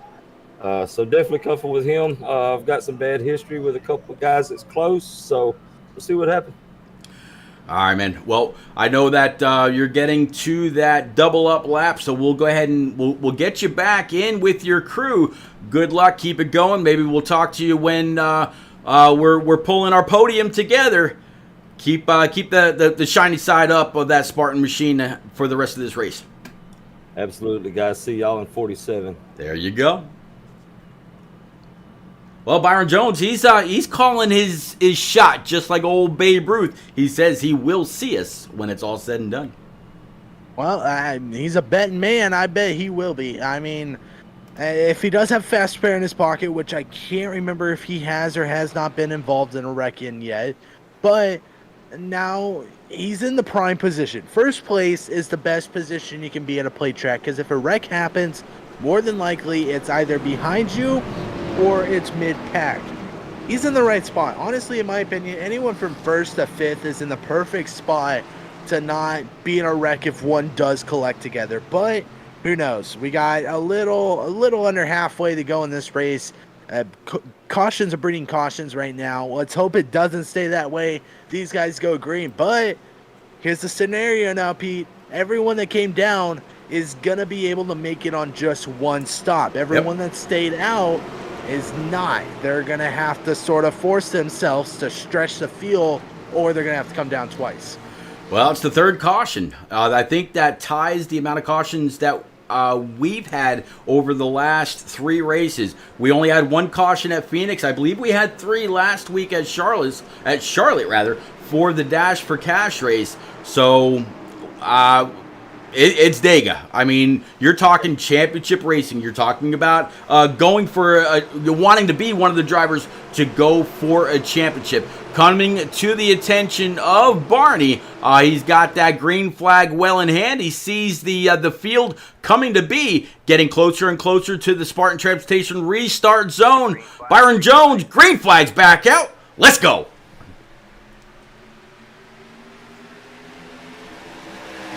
Green flag's gonna wave once again. The 25 of King gonna lead the entirety of the field down in the 1 and 2. Meanwhile, the 41 of James Kaufman giving him a huge shove as the top lane slowly starting to dissipate down to the bottom. The 75 and the 11 are gonna stay strong though. See if they can't keep themselves up there as we head on down the backstretch. That 25 of King, he's gonna get abandoned really, really quickly by that 41. Yeah, James Kaufman says, I want this. I need this. Jump to the outside. He's going to go ahead and try to lead that line. He said he felt pretty good about the 75 of Stoney Benfield being behind him. Well, Stoney was able to make that move. Either that or it's just, 75, I'm sorry, hello, 25 had stayed on the bottom side. 75 shot up when he saw the 41 go, so it kind of abandoned the 25 is what I was trying to get at. But 41's going to go ahead and challenge at the line. That would have been too close to call. If that was the last lap, that would have been one hell of a photo finish. Yeah, it would have. And that 75, he's been up there since the get-go. I believe it was the 25, 75, then the 11 on the inside. The 11 found himself moved up pretty quickly. But this 75 Stoney Benfield, he's going to try to see if he can't shove this 41 all the way down. Meanwhile, the 81 of Joshua Funkhauser, one that we haven't talked about a lot tonight, has found himself sitting in position number 3, up 10 spots this race. He is making a huge charge at the right time, Pete. Absolutely. Josh Funkhauser right now riding P3, up 10 spots, as you just said, since the race began. He's actually very close to being one of the biggest movers as he drops back 1 spot. But right now, Byron, the biggest mover is a little bit further back. Talking about driver 20, up 14 spots from since where we started. That is going to be the 20 of Jamie Abril as we're looking at him up in the second group. Yeah, Jamie Abril found himself starting at the back of the pack this race without putting in a qualifying time, along with, I believe, the Benfield brothers. No, I'm sorry, not the Benfield. The Mefford brothers were starting in the back of the pack as well with no time. So those 3 drivers all started with no time. And I tell you, Jamie is making every single second count for his team in this 20 as they are finding themselves in the prime position. Sitting on that top side, though, I don't know if that's particularly the best area to be late in a race. Because if a caution happens, we all know, Pete, cars slide all the way up to the top of the track. Meanwhile, the 41, he's abandoned. Yep, I was just going to say abandoned, and they were 3 wide for a moment there, trying to fight for the lead. 11 up on the high side, 41 in the middle, 81 on the bottom. Now it's 75. He might have a chance to go for the lead, and not quite clear. The 25 as the 81 gives him a huge shove going into 3. Yep, that 75 is going to be clear. I don't think he's going to make the move just yet, but this 41, man, he is shoving himself into position as he's going to almost make slight contact with that 11. Now the 11 is going to be left to dry. Nope, Stoney's going to stay up there with the 11. He is refusing to jump ship on him, and that's something that's going to keep reputation throughout the end of the race. Yeah, that 41 literally, I mean, he was nose to nose, getting closer and closer to the rears of a couple of different cars. He's going to make himself clear on the bottom side, cuts right in front of that 25. Not quite sure there was all that much room. 25 might have breathed the throttle just a second, let him in. We're going to stay caution free, and it might be because of that 25, giving a little bit of grace, shall we say. Yeah, he cut him just a tad bit of a break. Meanwhile, that 75 of Stoney slowly starting to fall back now, drifting themselves back into a 2-lane race. But yeah, you said it, Pete. I think that 25 prevented themselves from having yet another caution this race. But hey, it's Dega. Sometimes you got to make the move, the biggest risk you can make. But one of the guys making the biggest risk they can make right now is that 20. of Jamie Abril. I know I keep mentioning him, but he has now found himself up to position 3, position 2, wanting that lead, wanting to start from last to find himself up in the first when this one's all said and done. Byron, we got Badonko out there in the Facebook chat saying happy birthday. It's not my birthday. I don't think it's your birthday. If there's a driver out there it's their birthday, I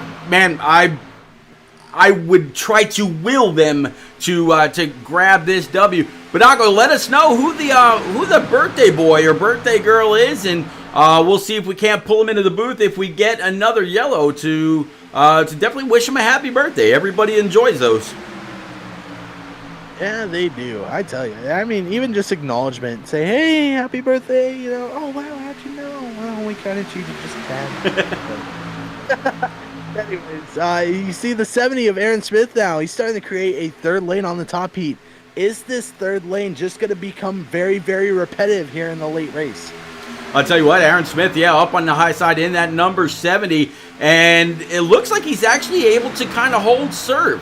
He falls back just a little bit in the corners because he's going around at the longest distance on the track.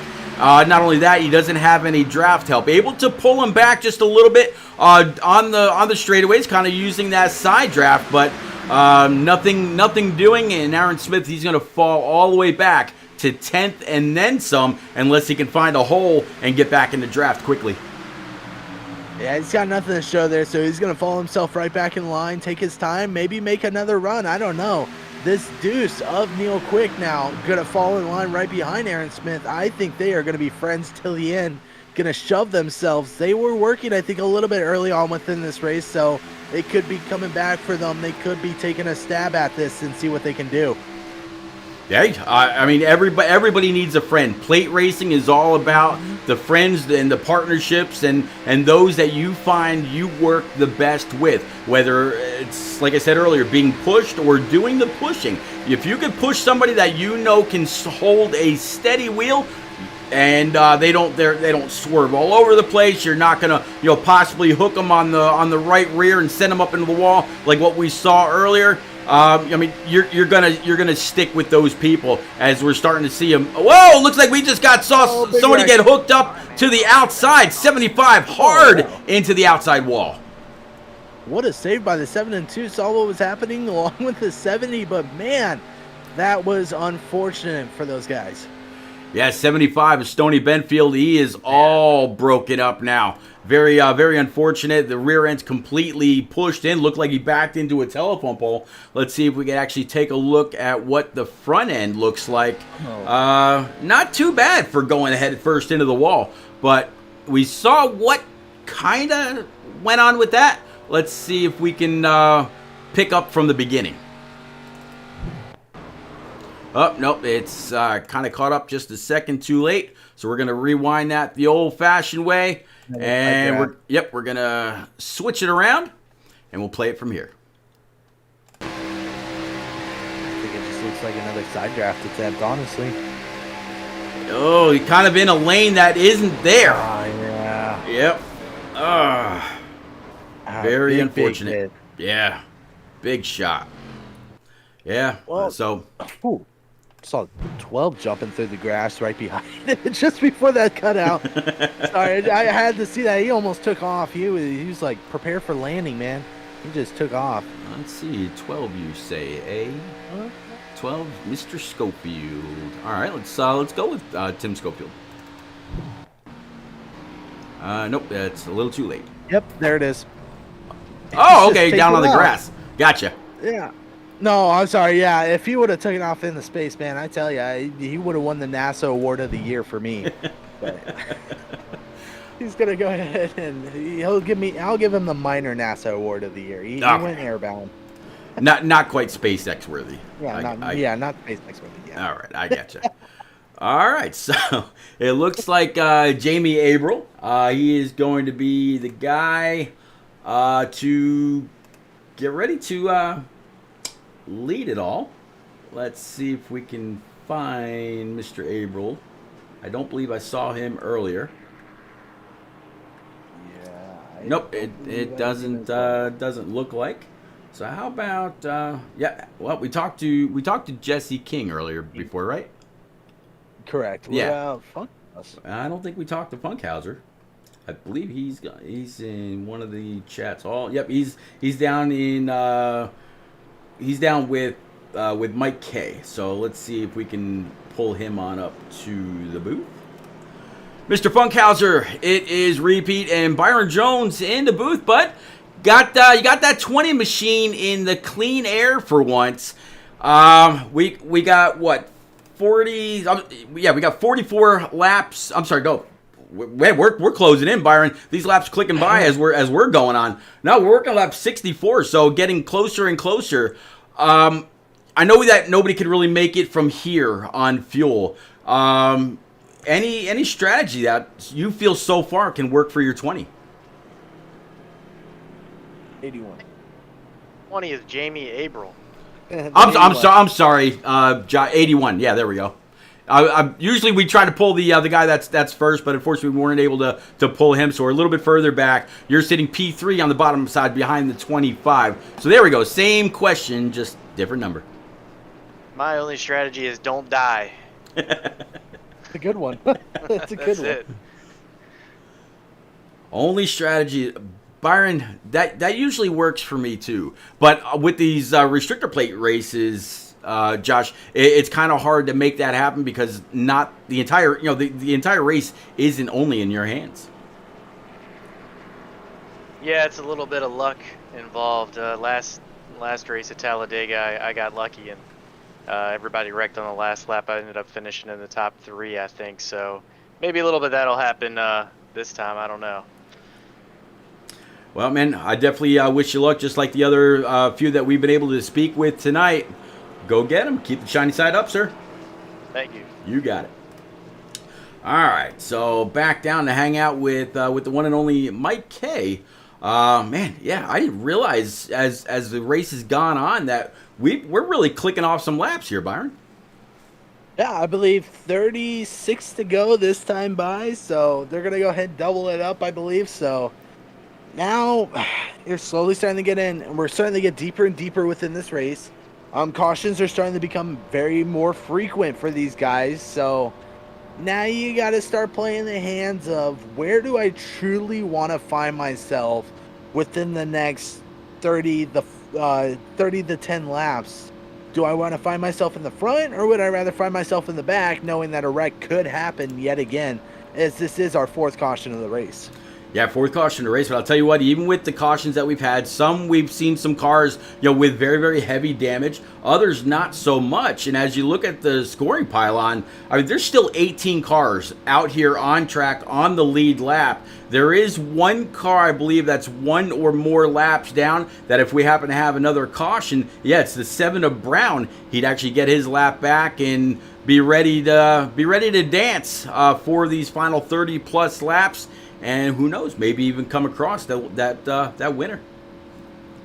Yeah, it's looking here. 20 cars are still on the track, so that's amazing. 21 cars, so you know what that means. Everyone's walking away with today with a top 20. You don't get any prizes, but you get a top 20. I mean, I tell you, that's fantastic. Hey, every point matters. Right? Every point matters. Every point. Every single one of it. I mean, if you're in the playoffs or not, points are still huge to you. I mean, they're still the overall champion with the most amount of points, I can only imagine. And then there's the guys that are within the playoffs right now. As you can see, for those at home, the guys in the playoffs do have the green on their banners and their spoilers.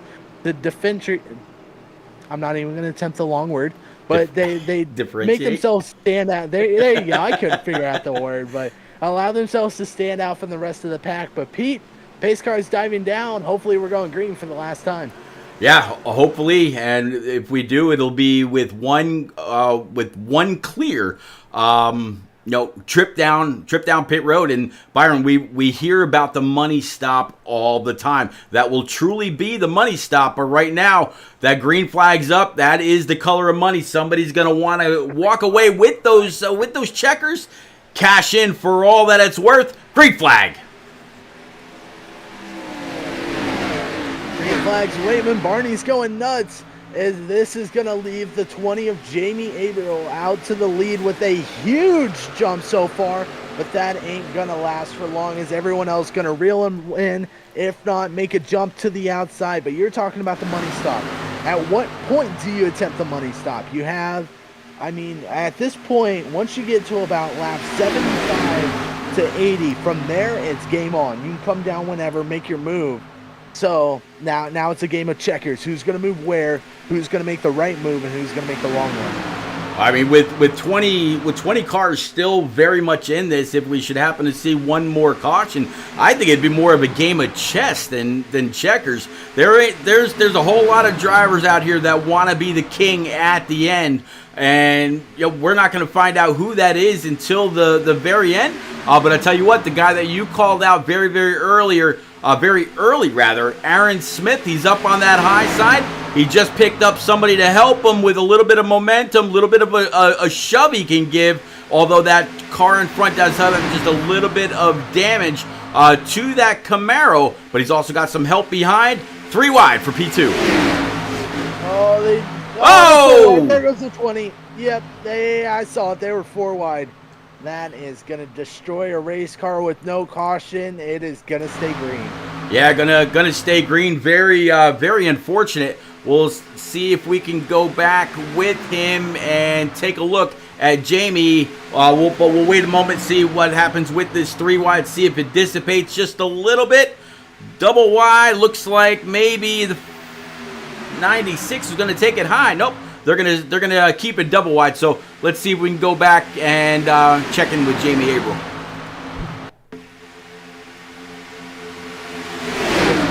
Ooh, did one car go below the yellow? Oh. That is a good question. The 11 of Brian Reek, did he go down below the yellow or did he stay up? Wow. So let's kind of play that back. And we'll stop that. Let's ride on board with Brian Reek right now, and go to we'll pick up his nose cam, and we'll play it from here. Oh, did he feel like he got pinched down? Shuffled. Yeah, I was gonna say it almost looked like he may have got shuffled down there. All right, so let's get back up with this pack. But yeah, very unfortunate for Jamie. And what's hurting him even more, Byron? No yellow. And no draft too. So if he was to come down, get that car fixed, which I believe he is finding himself right now. Yep, P18. If you look on the track map, he is just now out of the tri-oval, heading in the 1 and 2, while everyone else is screaming through 3 and 4. He's got no back bumpers, so that means he must be out of fast repairs, or he is hoping that a yellow flies, maybe even praying for a yellow to fly at this point, because without that, he is done for the rest of this race.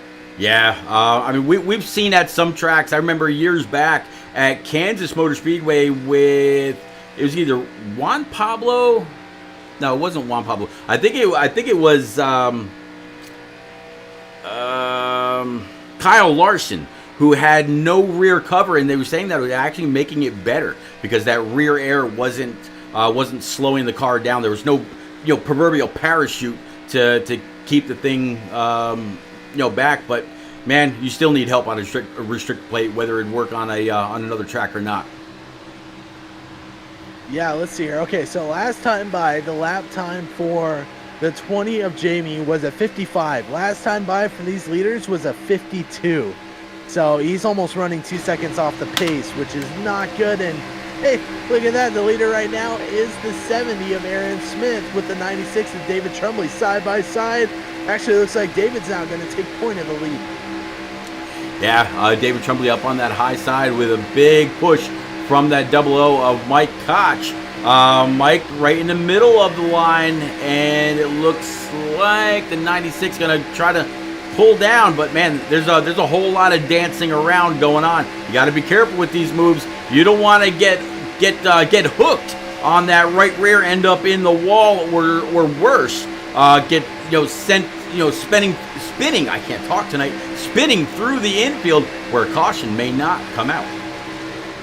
And survey says Mike's going to move on down to the lead, and he is going to take point position, as now he left the 96 just to sort of dry. So now Aaron Smith is going to be stuck behind this 00, shoving him. As you can see, he does have a little bit of right rear damage, but not a ton to affect his aero. As we're seeing, he has got a muirful, though, of Aaron Smith right now all over his bumper. Yeah, there's the right side. We'll take a look at the lefts as well.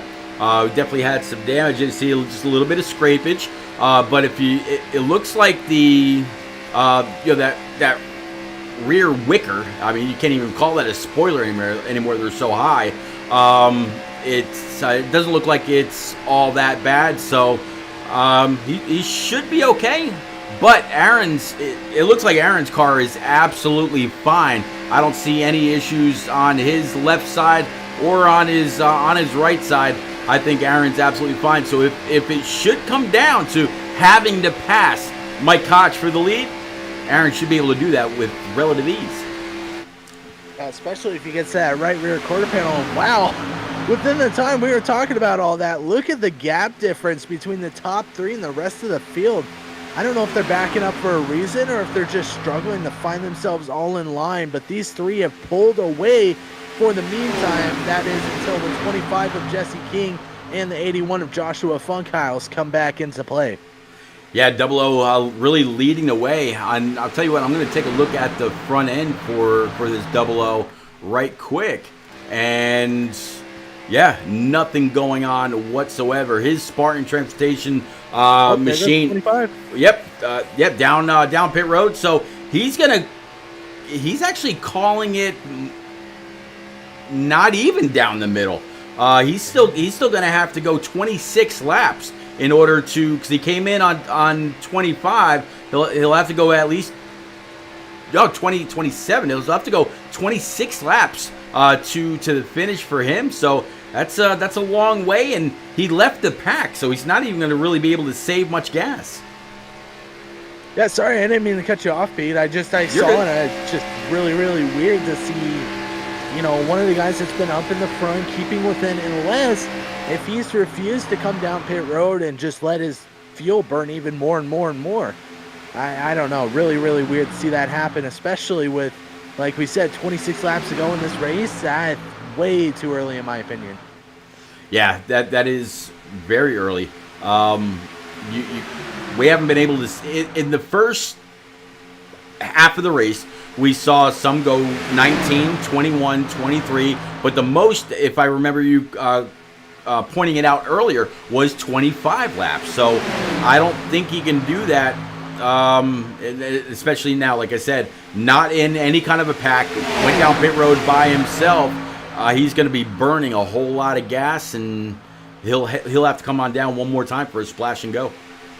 He is chasing down that 20, but I don't think he's going to be within range enough. We'll have to see. I mean, I don't know. A lot of these drivers have seemed to amaze me as of recently with just their calls and how it's worked out for them. As I said, I believe another one's coming down pit road too. So I guess pit stops are starting to happen. So when do you make the move? Yeah, Cook. Oh, caution's out. This is going to help that 23 huge. And that 25. Yep, and the 25. So, wow. 23 of Cook Quick and the 25 that we were doubting that he was going to be able to make it. So, yeah, 25 laps to go. And if you guys want to follow this IROC Challenge Series, there is their Twitter handle on the top left of the scoring pylon at IROC TV Media. It's also the media center for everything related to IROC TV through Roku.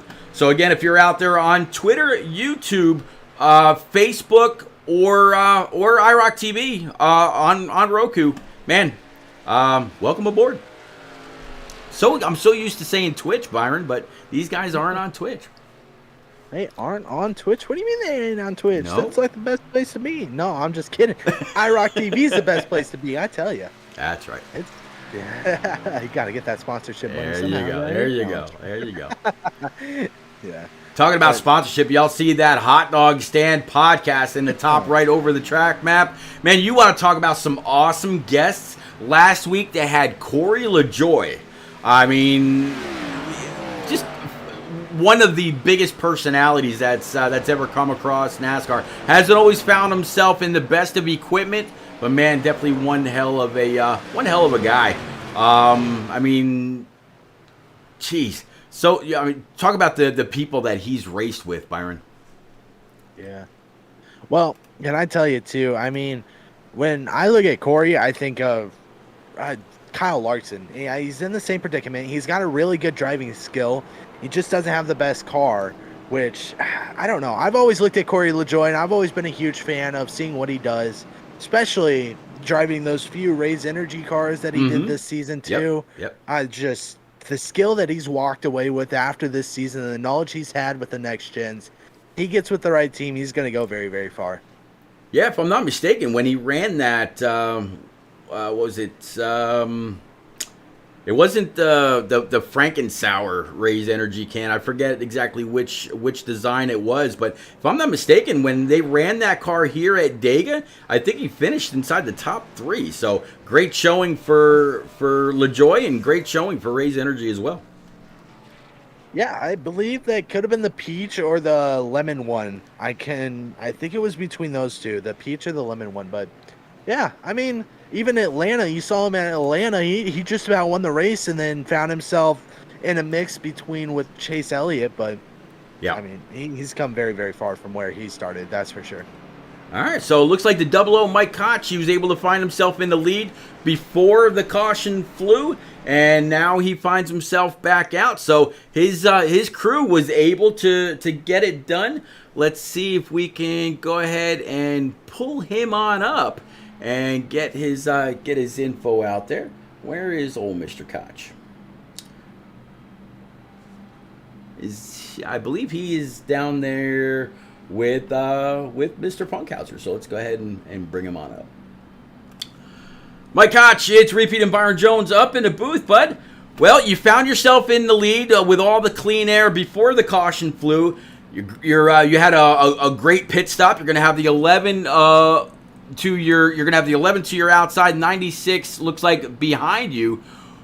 Can you make it these last 23 laps with the fuel that you have, what you're going to be able to save, and maybe even be the first one to see the checkers? You know, I don't really know. I'm just going to press the gas pedal and hang on until it tells me to pit. Hoping I can. Yeah, that loud pedal. So if you have to, all right, would you be willing to pull on down, let a few cars go, get in the draft, save a little bit? Usually the throttle can be right about that 75% point. Save a little bit and then try to get there, get back up to grab those checkers, grab that W. Yeah, I might just fall back a little bit. It's a little bit scary. I fell back earlier and still got caught a little bit, but it's going to try and stay clean so I can have a shot at the win at the end. All right, buddy. Well, man, that's actually a really nice 00. I know a lot of these paint schemes, all with the primary sponsor Spartan Logistics on the hood, the side panels everywhere. That's actually a nice looking 00. Good luck. Keep the shiny side up, and hopefully we'll be talking to you when we're talking about the podium just a little bit later on. Hey, I hope to talk to you too. Thank you. You got it, buddy. I'll get you back down with Mr. Funkhauser right now. Appreciate it. You got it. All right, so Byron, he's back, and he's back up front. Can he hold it? Yeah, I think he can. Honestly, he's found himself up here for, if not the entirety of this race. So I wouldn't see why not he can. There's a lot of people I don't think have the possibility. He definitely does. And I just see it. But another one of the guys that I see has the possibility is the 3 of Brian McCann. He is another one that also has the potential of winning this race.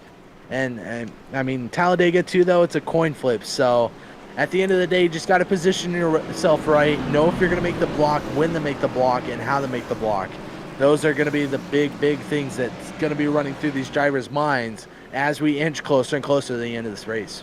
Yeah, the 3. I mean, he's got some scrapage. Looks like he's battered and bruised. But man, he's sitting in a in a pretty good spot. The only thing is that 00 looks like he is nice and clean. Lights atop the pace car are out, Byron, going into turn number 3.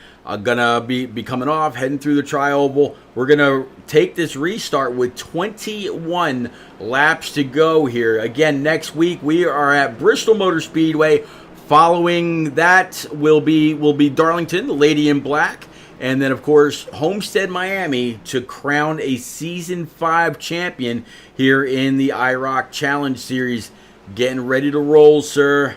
Laps are winding down. It seems like we were just talking about 10 to go when you mentioned 10% done. Well, buddy, we are just about 80% done, ready to go. Pace car is off. These guys are going to go side by side as we slowly enter the restart zone. Inside line, long once again. Guys are going to attempt to save fuel if they can. Green flag waving. These guys off to the races. Here we go, Pete, one last time. Yeah, loud pedal, push to the max. Let's get back up there and see exactly which line is going to prevail. Looks like a great restart by all. 96 able to stay with the 00 from the high side. They are 2 by 2 for at least 4 rows. Then looks like even more going to kind of drop on down, pick up a couple more spots. Byron, they're in the middle going towards turns 3 and 4. It looks like they just hit the gas. Yes, they did, Pete. It does, man. 3 and 4. Like you said, now it's a battle for position. Top dog. You see the 00. You see the 96. There's no more messing around. 21 left to go in this race. Coming to 20 laps to go. Everyone wants the position. Everyone wants this shot to have a win. And here it is. They've got the option. Now they got to take the opportunity. As we see the 41, he's trying to force himself 3 wide here. Yeah, 41 picking up with James Kaufman right now. He's he hasn't been squeamish about making any big moves, any power moves, nothing like that as the second half of this race has gone on. But hey, Byron, this is the time where you have to go. 20 laps left. Yep, if you're going to get aggressive, now is the time. It's go time, people. It's time to get yourself in position to win this race. You want to find yourself at least top 5 when the white flag is out, when the white flag's waving, because anyone else past that, you're going to struggle. As you see this 41, he is wanting to make a 3rd lane, but at the same time, he's okay with riding behind. Here we go. This is not going to end well. This is not going to end well. Oh, man. Almost got the inside, but I think they kept it all clean. The 81's going to walk away with some scrapage, though. Yeah, that bottom line merges up into the first line, coming through the tri-oval. Boy, that 41 James Kaufman, that could have been huge.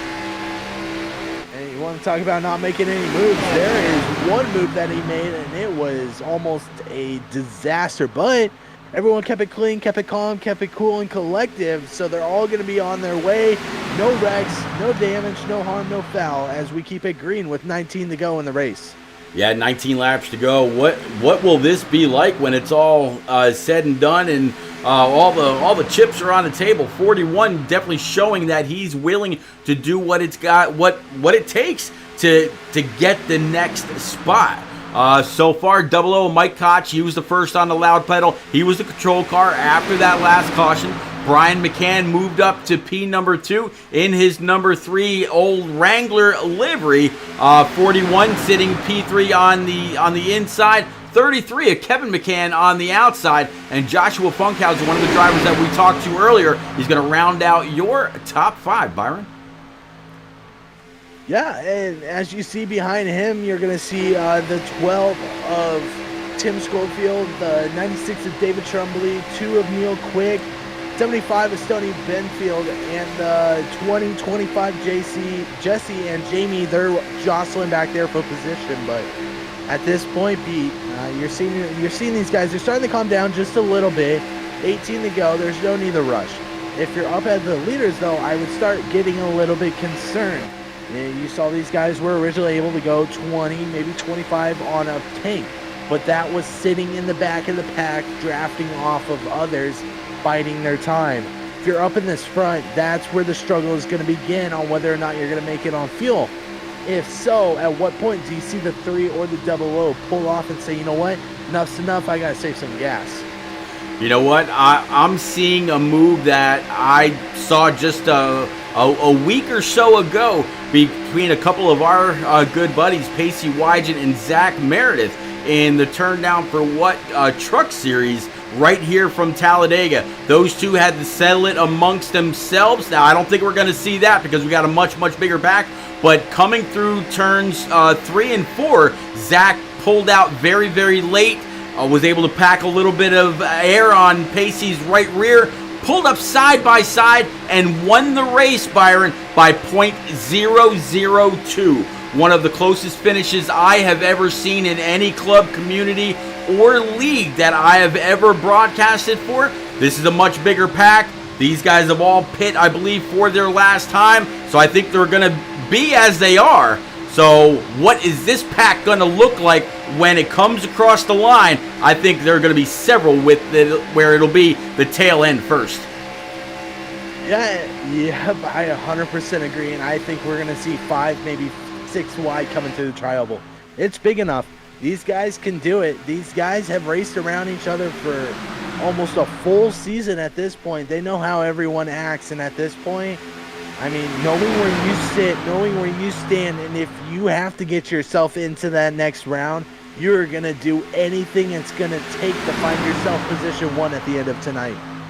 Absolutely, you have to do it. I'm actually going to go ahead and take a quick look at the points for this series and see if I can find out exactly who is where. I know I was looking at it earlier, and let's see.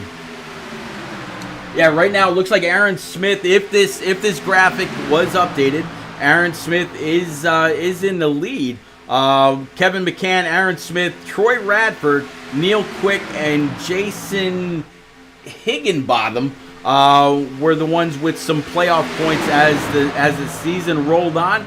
But again, not quite sure if that was updated after the last race, or points race, I should say, at Phoenix. We'll definitely make sure to have everything tweeted out in case you need to know where your favorite driver is. And again, Facebook, YouTube, Twitter, and Roku TV. Please go on up, smash that follow, hit the subscribe, do what you can. Keep up with these guys every single week. This season is winding down, but oh, by the way, Season 6 is coming with a huge $5,000 purse starting February the 2nd. There's a $100 buy-in, 40 cars, 18 weeks. Byron, I can't wait to see that season kick off. Yeah, I haven't figured out yet if I'm going to be on track or if I'm going to be off track hanging out with you. But, you know, if you're not a huge Oval fan, that's fine. Make sure you're still followed up with IROC TV, because not only is there a $5,000 purse for the Oval, there is also going to be a $5,000 purse for the dirt big block modifieds. $50 buy-in, and those guys are going to go for a $5,000 purse as well. So IROC is making some huge moves within this next few seasons for their series, and I cannot wait to see what's going to happen, Pete. Oh yeah, I've been talking to a few of the guys that are that were interested, but the only thing that we're kind of holding them back a little bit, though, those races are going to be right about the same time as the Road to Pro challenges, so we'll have to see how that all plays out. But man, if it's me, I'm running for 5K. Road to Pro, that comes around every season. 5K may not. 5K, and hey, you know, maybe there's some weeks where you don't run it, and then you say, hey, you know what, let's take our chance at Road to Pro. I mean, it's one race, we can see what it looks like, but I don't know. I mean, I'm with you. You're weighing your options. You got a shot at $5,000 versus a shot of potentially being drafted by a team. I'll take the $5,000 any other day. I'll take my gamble on that. Yeah, top 15 get paid out. So yeah, P1 gets paid the lion's share of $5,000. I'll have more information on that sent out through the IROC TV Twitter, and I'll go ahead and send out the recent video that went out for all that also. It's going to be a lot of fun. Again, February the 2nd, that all kicks off. $100 buy-in. If you're interested, please make sure to reach out, give a holler. The spaces are going to go fast. I believe that the top 25 in points in the challenge or contender series for this league is automatically locked in. So, but as long as they pay their buy-in. But huge thank you to Raceware and of course Spartan Transportation Logistics for everything that they do for this series. I mean, talking big support. Yeah, it's huge to see what these guys have done. I mean, the fact that Spartan is on every single car here just goes to show the support they give week in, week out. And within our Rambly, Pete, we're down to 10 to go. I tell you, it's side-by-side action. You're seeing 3 wide slowly starting to form. These guys, it's crunch time now, Pete. We're going to start seeing some ridiculous moves here within the last 10. And I don't know. It doesn't look like anyone's a clear favorite just yet.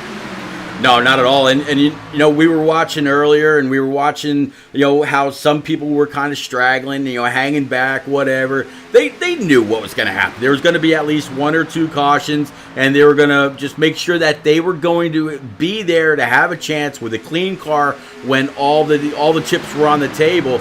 The 00 and the 3 still leading, talking about Mike Koch and Brian McCann, James Kaufman, Kevin McCann, and Joshua Funkhauser. Those guys have pretty much been able to maintain inside the top 5. But very soon, Byron, push is going to come to shove. Somebody's going to make a mistake, and we will see the big one as they continue to go side by side down the backstretch into turn 3. There looked like there was going to try to be a little bit of an attempt on the high side, but right back into that second groove to count 1 more lap. 8 to go. Next time by, Byron. Yeah, and this is honestly quite surprising. Everyone's staying relatively calm at this point. You're not seeing any ridiculous moves or any crazy attempts. It's everyone just sort of biding their time. You got 8 to go. That is a long track. I believe the track's like 2.5 miles long, 2 2/3 miles, I believe. 2.66. Yes, sir. Yep. So at this point, I mean, you still got 16 miles still to go in this race. So bite your time, play your game, and it will all come back to you. And the one that plays the most patient is going to be the rewarded one when it's all said and done. No doubt in my mind. Absolutely. Looking from Brian McCann, let's kind of switch this up just a little bit. Kind of looking around, looking at the lefts and right sides of these guys. And look at this pack behind this 00. Brian, I mean, Mike, he's been able to hold everybody at bay. Nothing really going on. He's had a couple of different challengers, up his trumpet. 41, he's been able to make some big moves. 3 still up on the high side with company right behind him. Byron, there's still 2 by 2. No big moves. Everybody's waiting. 7 laps to go. I don't want to say that they're not, trying, because we've seen a couple decent pushes, which kind of shoved a couple people out of the way. High side coming. Yep, they are 3 wide now. As soon as you were saying they're playing calm and cool, as soon as it was said, they are now 3 wide, fighting for position number 3 right now. Slowly starting to make their way up for that top dog position, but right now, we're coming to 6 to go. Guys are starting to get more aggressive. Moves are becoming more frequent, as now everyone is wanting the first place position on that last lap. But the 3 right now, Brian McCann is leading them all. Yeah, 3 car leading a pack of 3 3 by 3 by 3 for quite a while. But look at the steam that the 75's got on the high side with the 83 of Brandon Mefford shoving him as hard as he can. And look at that, there's the 46 of Chris Mefford right there with him as well. The 12, he was wrapped up in a caution earlier, talking about Tim Schofield. He's up there also. So 3 by 3 for the last lap and a half. Man, it's going to get dicey. Oh, that 46, I think he found himself in the wall just a little bit out of turn 4. He is going to have some scrapes on his side, so that is going to bog down that outside lane just a tad. Meanwhile, the 20 was almost thinking about making it 4 wide, but thought better of it. 41 and the 00 still working together alongside the 3 and the 33. They're all playing aggressive at this point now. You got 5 to go in this race. Look at the stack of cars just right now. No one is hanging back except for 4 cars. And I think they're just hoping for the big wreck to happen. And I tell you what, when they're 3 wide for what 1, 2, 3, 4 rows, it's bound to happen. I mean, yeah, you could easily do that around Talladega. If this was Daytona, I'm like, okay, Byron, it's just a matter of time. Somebody's gonna slip up. Somebody's gonna come up off the bottom line a little bit too far. That's gonna be it. We're gonna see a huge 18-car pileup. But so far, with Dega, there's a very, very clear marked 3 lanes all the way around, except through the trial where you got 4 or 5. But man, these guys, they're minding their P's and Q's. They want to be there off of 4 to make that move. But is that the big one? I think it is. I think the front pack's going to wreck, and it's going to allow someone in the back to just make their final move. Maybe it's the 70 way in the back. Maybe it's the 7 biting his time on the bottom lane. It could be someone up close. Maybe the 00 barely misses it all. We'll have to see. Time is winding down. Laps are winding down. We got 3 laps to go. And the 3, is he going to take the lead for the lap? 3's going to lead with 3 to go. Yeah, 3 leading very slightly, that is. Looks like we got some. 75 came down. There it is. And yeah, falling back further and further through the field. A lot of damage. Cautions out. Oh, Byron, it's going to be a green-white checker. Yes, sir, it is. So now the ones that came down for the fuel, they may have just played their cards right, just right. But we'll have to see. Big wreck. We'll have to go ahead and check back, see what all caused that. Yeah, absolutely. I mean, we kind of caught it from high above, but yeah, I know the 75 was involved in that. That's going to be Stoney Benfield. At least I believe he was in that, but it's showing me Jamie Abril, Neil Quick, Aaron Smith, and David Brown. So let's pick up with Aaron Smith, and this would be the first time we've had to go back for this kind of an issue for him. So let's see. He may have a faster pair in pocket just in case. Oh no, did he get it? He got it woed up. Yeah, he got it. Saw that right from the beginning. Yes, he did. So let's check in maybe with the 90s. Let's try with Neil Quick. That's a man with the third eye right there. Yepper. All right, so let's actually stop that, and we'll go on up with. No, let's change these cameras around. All right, so we need to look at the 83, and we'll back it up from there. It's going to be Brandon Mefford, and we'll rewind it old school style. And so it looks like it's going to be the 75 and company. So let's switch this on over to the 75 right here. Stoney Benfield. I knew I had seen him. And let's go from the chase cam, and we'll roll.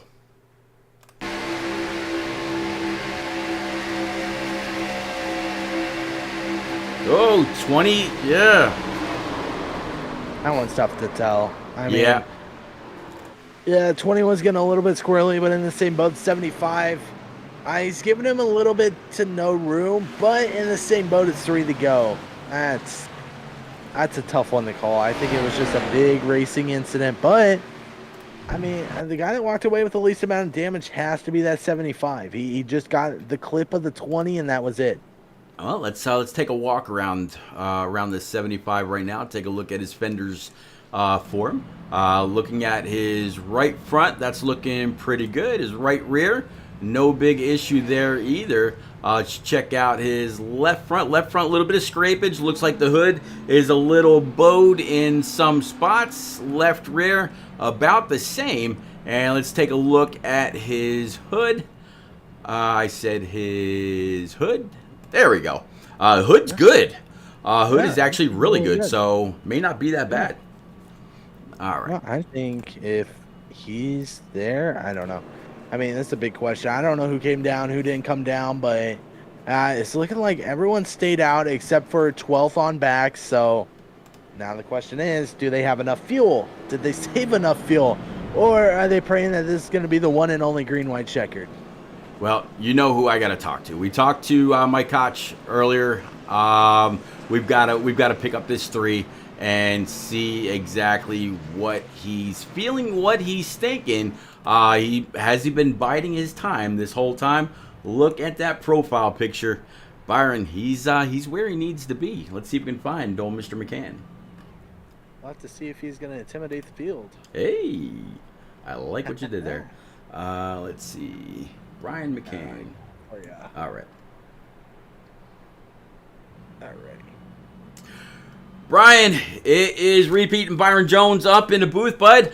You got that Dale Earnhardt Wrangler throwback sitting P2. Mike Koch been able to hold on to the lead for that run since the last caution, but you've been able to work your way up when it really matters. We've got 3 to go. Green, white checker. Can you pull some old Earnhardt magic out of that livery and get up there for the checkers? I hope so. Old car's got a little bit of damage, but we're making it work. So hopefully whoever's behind me can push me through that damage in the thick air out here, and hopefully we'll take home the win. I'll tell you what, we'll cheat a little bit since we got some time. I'll take a look at your left front and your left rear for you. Very light scrapage along the door. It looks like your left rear is all right. Doesn't look like there's any big fin damage. Let's take a look at your right side. So right about by the door. Same thing along the back. But good news is on the hood, but you ain't got much of a buckle at all. A little bit of a spacing on the right front, but that's it, man. I think you're pretty golden. That's good to hear. Thank you. Absolutely welcome. So you got anything for this 00? Can you get up there if you got some help? You got 2 full lines. It's not like what we've been seeing where most everybody was on the bottom and only a few on top. Yeah, me and my brother here behind me, we're going to work together, see what we can do. All right, man. Well, you go get it out of King, North Carolina. Hopefully we can talk to you when it's all said and done, and we've got our podium with us for post-race. Good luck, and, yeah, keep it clean. Thank you. You got it. All right, Byron, if you can go ahead and move him on back down with his teammates. Man, this is going to be one hell of a restart. Well, I tell you, if anything doesn't scream, I'm going to be a winner. Has you taken a look at Brian's helmet? It is Dale Earnhardt's face on his helmet. He is set. He is ready to win this race. No wonder he's the number 3 now. He is my choice to win this race. No doubt in my mind. I got to go for him. Yeah, and like he said, he's got the 33, Kevin McCann right behind him, so he's got a great pusher, somebody that he trusts. I don't think it could line up any better for that high side, but that 00 has been pretty stout also. Yes, he has, and his blocks have been almost on point tonight. So we'll have to see. Will he make one last attempt, or are the yellows going to fly once again? Only time will tell. 6 cautions this race. Fantastic for a Talladega. Pace cars off, Pete. We have 20 cars ready to go at it for green-white checkered. You got it. 20 cars out there. Green flags up, green flags out, green flags waving for what could be the last time. Let's go. All right, Byron, they're hauling off into turn number 1. Still very clear. Big wreck. Oh, you see the... man. Yeah, that was pretty nasty. Saw one car went tumbling over and over again, kind of twirling like a top. Saw looks like Cook Quick and Tim Schofield and a couple of others like Jamie Abril, all part of that. Let's see if we can pick up with Jamie Abril right now, and if we need to, we can switch up from there. But let's go back. Make sure you pick up with that 23. He wins the NASA SpaceX Program All of the right. Year award. So we need to pick up with 23. We can absolutely do that. I'll stop it. Yep, that's going to be quick. That's who we started off with. Well, it looks like this is going to be already in progress. So we'll back it up and let's go chase cam and let's ride along. Oh, he just gave that 75 a huge shot. Whoa! Ooh, and then he even hit somebody on the way down. Oh, man. Yeah. I believe the 83 was also part of that. And so is the 46.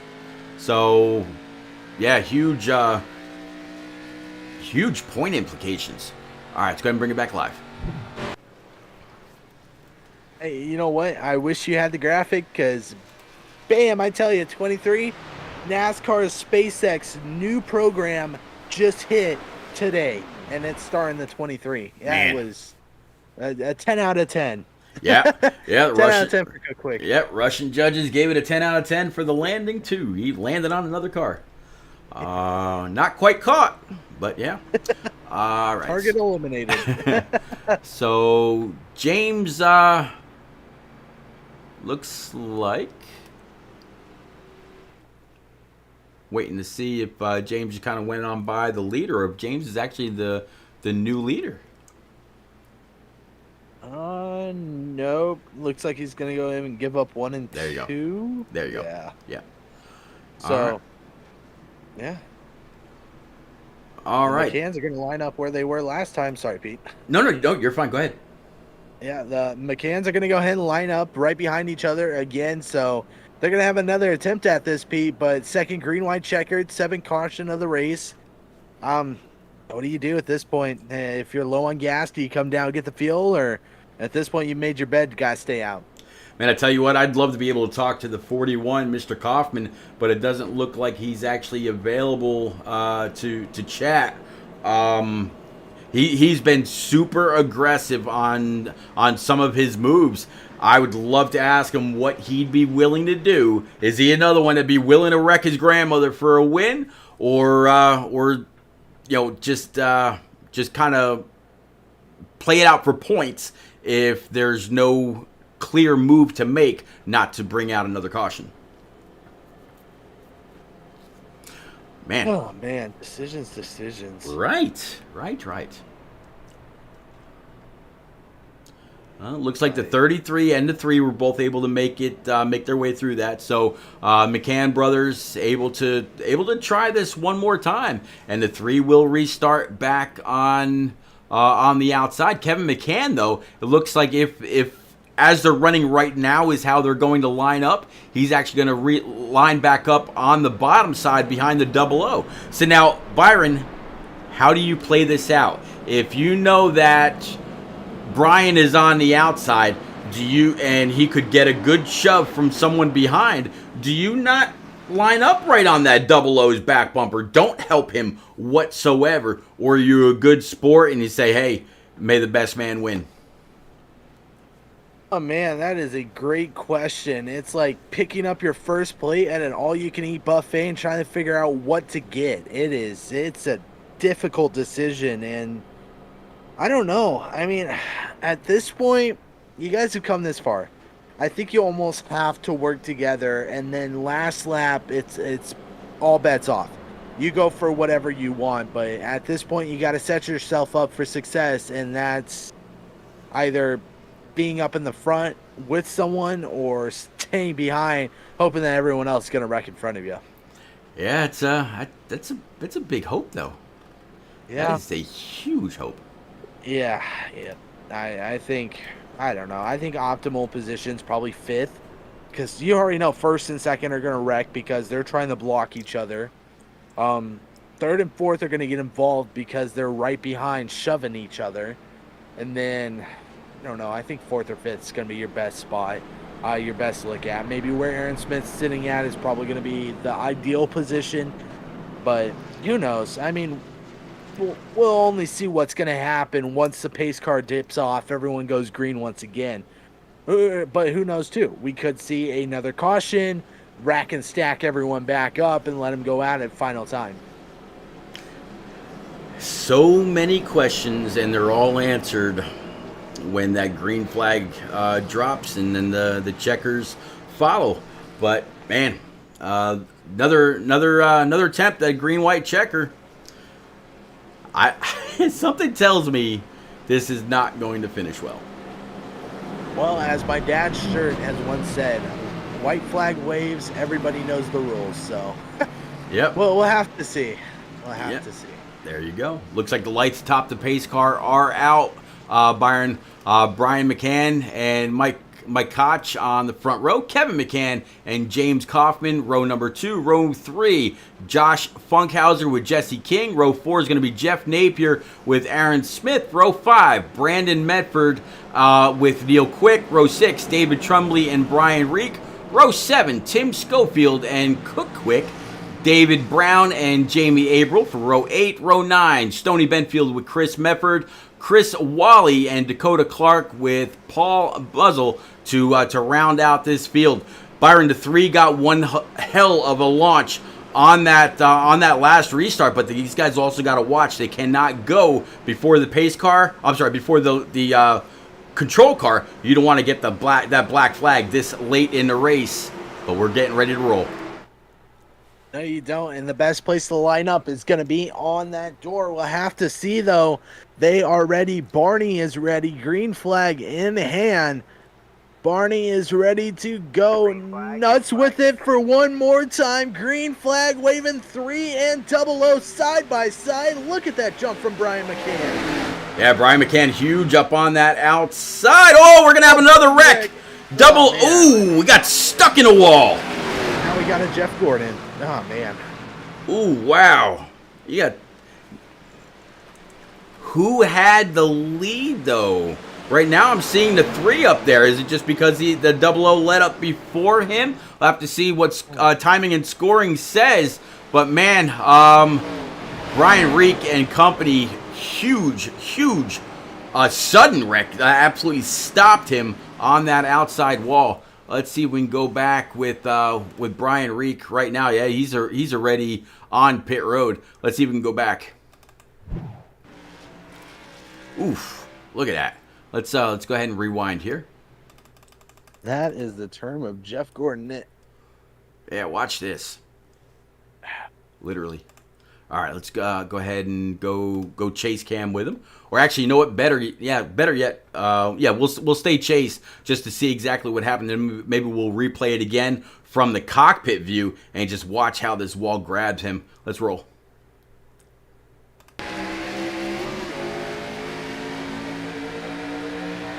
Oh, 3 wide where there's no room.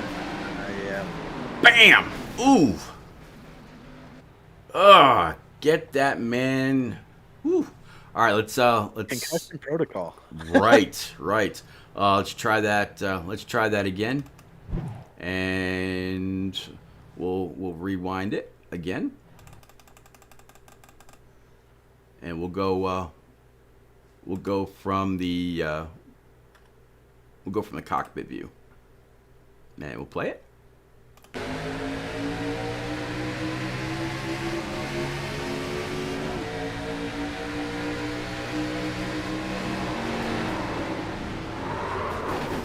Ooh. Oh, man. Dang. Sparks and... Yeah. That's harsh. That is harsh. That hurts watching, and it's not even real. All right. Let's pick back up with our leader, Kevin McCann. And it's saying Kevin McCann, Brian McCann. So let's get back up with these guys. Because they're coming down pit road. Ooh. So the 00 and the 3 did not have enough fuel. Well, then that makes me think on if the 33 and the 41 have enough, because they came down the same time as everyone else, as those other 2. So I think they're gambling that this stays green, or if they get a quick yellow and then they call it quits. And I don't know how many green-white checkers they got, but if they only have 3, you just got to make it until another wreck happens, right? I would imagine, but look at all the damage on the right rear of that 33. Meanwhile, the 41, his backside's actually really, really clean, no issues whatsoever. So he's got the cleaner car. Will the 33 get one hell of a restart and then just get caught? So he might be a sitting duck in the 41 that's made a lot of big moves all night long. He could be in the catbird seat, so we'll have to see. Yep. And now you play the waiting game. Start playing the Jeopardy music, because you're going to wait this one out. We're going to see if they have enough fuel. The leaders are the ones I'm concerned about. Everyone else behind them has come on down lap 99 and further. And after. So, and the one guy that's in the prime position is that 70 of Aaron Smith, which is ironic enough that he's sitting really, really good. But Brian McCann, the one that came down, got his fuel, got his stuff, is currently P10. So, I don't know. I don't think you can make up 9 positions within 2 laps, but we'll have to see. We'll have to see how everything shakes out. Only time can tell for these two. Yeah, riding on board right now with Kevin McCann, and he is pulling up right about even with the pace car, pushing in that ever-popular clutch and just letting it coast. So, yeah, he's very, very short on gas. Like you said, both James Kaufman and Kevin McCann were last on pit road, lap 77. So, 23 laps is what they needed to go. Funny enough, we saw earlier some that went 19 laps, some 21, some 23, some 25. I'm going to guess that Kevin McCann was one of the ones that pitted very, very early in the first half of this race, because now he's not so certain about the fuel. He might be hoping for that, one more caution just to be able to coast around. But Byron, he's got to be able to make it around under his own power, if I'm not mistaken, as well. Yeah, he has made it 30 laps on fuel. 30. These guys were only meant to go about 25 laps on fuel. So he is taking that, stretched it, and then wanting to stretch it some more. I don't know. Risk versus reward. At this point, he does have green on him, which means he is in the playoffs. This could be a huge, huge move that he needs to make. Ooh. Yep, riding with the 41 of James Kaufman right now, and his cockpit view. He's also another one clutching it as well. Both of these guys having to save a lot. The guys in P3 and beyond, P3, Aaron Smith and Jeff Napier, they both last came down pit road on lap 90. That can't be right. Hold on. Yep, 99. Yeah, 99. Under yellow. Yeah, yep. And Neil Quick was 98. Tim Schofield, Jamie Abreu, Brian McCann, all these guys with these green white checker attempts, they've all come down much, much later. So they were betting that this was going to go green the rest of the way. But man, it's a playoff race, and if you're not good at Bristol or you're not good at Darlington, which they say the track's too tough to tame, you got to try to get it done here at Dega. Yeah, if any of these drivers are, I don't know. Bristol, it's a good track. It really is. That's one of my personal favorites. I don't know who else's is, but I think if anyone else really likes Bristol, this race is sort of just a points getter. Get as much points as you can as pace car is going to duck off. Everyone going to fight for their positions. Greens all the way throughout the back. Up front, little to no greens. Everyone's going to push for all they got, Pete. Absolutely going to ride on board like a row or two back from the chase cam and watch these guys take the green. We'll give Barney a break for just a moment. See how this plays out. I'm actually, after the restart, I'm going to drop back even a little bit further and watch this roll. Reflag. Oh, he's going to go through the line. Nope. He's going to save it. No holds barred, checkers or wreckers. Middle line coming on down to the bottom. What's it going to be? Oh, we got a challenge for the lead, getting back up there right now. There's that 70. Here comes Aaron Smith to the outside. 33 with all kinds of damage. 83 can't make him go any faster. 41 shooting to the outside. Byron going down the backstretch. Big shove. I think if you're the guy, you want to be in this middle lane. Top and middle do not have or could not have enough fuel to make it to the end of this race. If you're Aaron Smith, stay where you are. They're going to go 4 wide, coming out 3-4. Big wreck in the back. Yeah, big wreck in the back, and it's going even further back. Yep, staying green, though. Looks like Kevin McCann's still able to lead. The 72 is outside. Brandon Mefford in that 83. That one Phoenix, just a couple of races to go. White flag, Byron. White flag out. 33 of Kevin McCann has the point, but everyone else knows he could potentially run out of fuel. I think that's what the 83 is hoping for, is he's going to pull to the outside. They are going to go side by side, Pete, down the backstretch for the final time. Yeah, down the backstretch for the final time. 33 still on the inside. He's got some help. It looks like Aaron Smith, he's in that middle line as well. 83, though, Brandon Mefford sitting in the middle. He won at Phoenix, the last points-paying race. Can he get it done here from Dega? 77, he's going to look to the outside. Looks like the 83 is going to escape all the carnage and come across the checkers. Huge wreck behind him. 83 getting it done to grab the W for the first round for the first race in the second round. Big congratulations to Brandon. One hell of a wreck behind him. There were cars flipping and flying everywhere, Pete. I think there had to be at least all but 4 cars involved in that big wreck. And I told you, you wanted to be either 1 or 2 heading into that final, or 4 or 5. I think 4th made his way through, but what a win. I mean, he timed himself perfectly, got himself out to the lead, and just managed to narrowly avoid all that carnage. I tell you what, the 70 just about, I don't think it was much of a gap between the 70 getting turned and missing the right rear of the 83. But when it's all said and done, Brandon's going to be able to come across, he came across the start stripe, and we're going to go ahead and clear the boards for him right now. It's his show. Burn him down.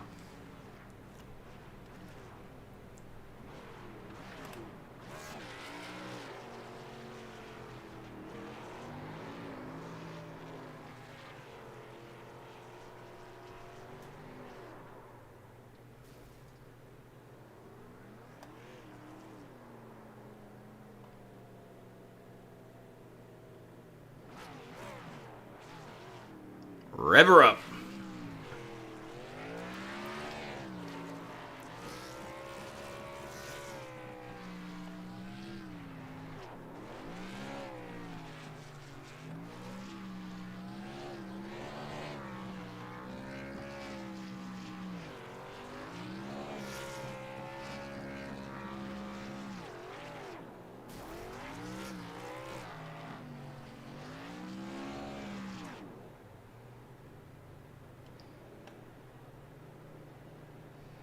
All right, Byron, he's going to bring it back at the start stripe.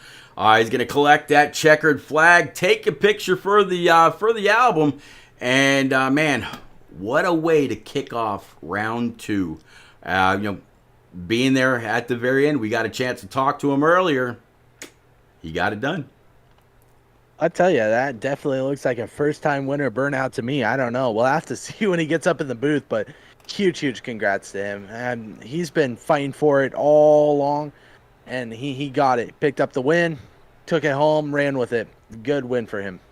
Absolutely. Looking on from the infield towards the wall. This is Talladega. This is Brandon Mefford's W. All right, guys, gals, please don't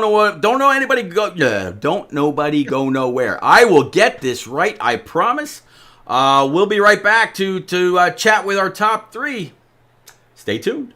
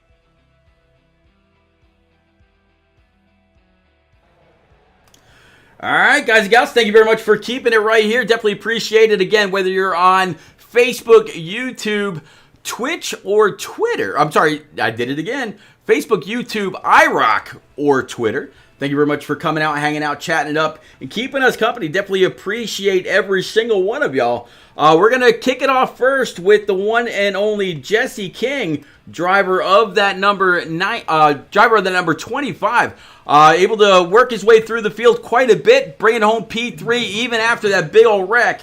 Jesse, it's repeat, and Byron up in the booth, bud. We get to chat with you again. One hell of a finish, sir. Absolutely, man. I told y'all I'll see y'all in 47, but I wasn't expecting third place finish. That's for sure. Man, that last wreck, it barely missed taking out the leader. What did you see all around you when you're 2 and 3 wide coming to the checkers? Honestly, I didn't see none of it. Something happened on my screen and it just went black. So I just had my spotter screaming which way I needed to go. And it worked out. Oh, man. But yeah, when it's 3 wide like that, especially coming down to the end, we all know what could happen. And inevitably sometimes it does. So just part of plate racing. A lot of people hate it. A lot of people love it. And I'm on the fence on it. I personally don't mind plate racing. I can deal with it. I've said for years and years, if the track requires brakes, you can leave me out of it.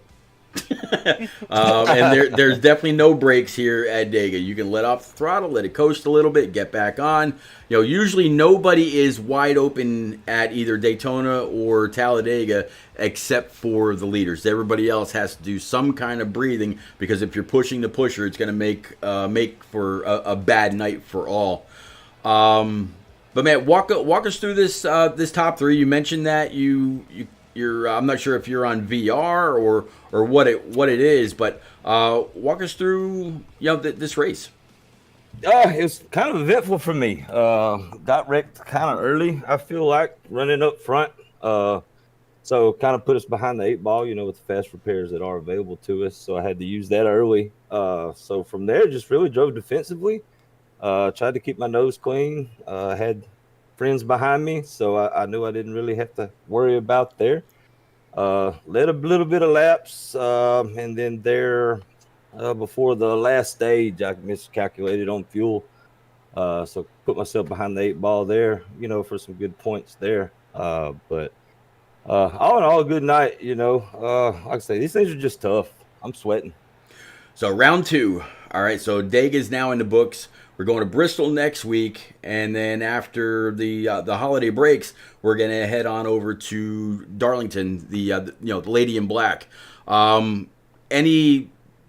there any of those tracks a point of contention for you, where you might have to spend a little extra time in the seat behind the wheel, or you feeling pretty good with the rest of the schedule? The rest of the schedule for me is going to be hit or miss, honestly. I struggle at Bristol just from a motion sickness type deal. It's kind of odd, so that's something I'll have to fight through there. So I probably won't spend a lot of time on track there. Love Darlington, love going to that place. Run a lot of laps there, so I'm comfortable there. So, yeah, man, going down the final stretch here to the championship, it's nerve-wracking for all of us, but we're here, man, and we're here to do it all. All right, buddy. And, of course, last but not least, any quick friends, family, sponsors you need to get out there on Mr. King's behalf? Yeah, man, everybody here at IROC TV, man, y'all are doing an awesome job. All the guys behind the scene at the IROC series that make this thing happen for us.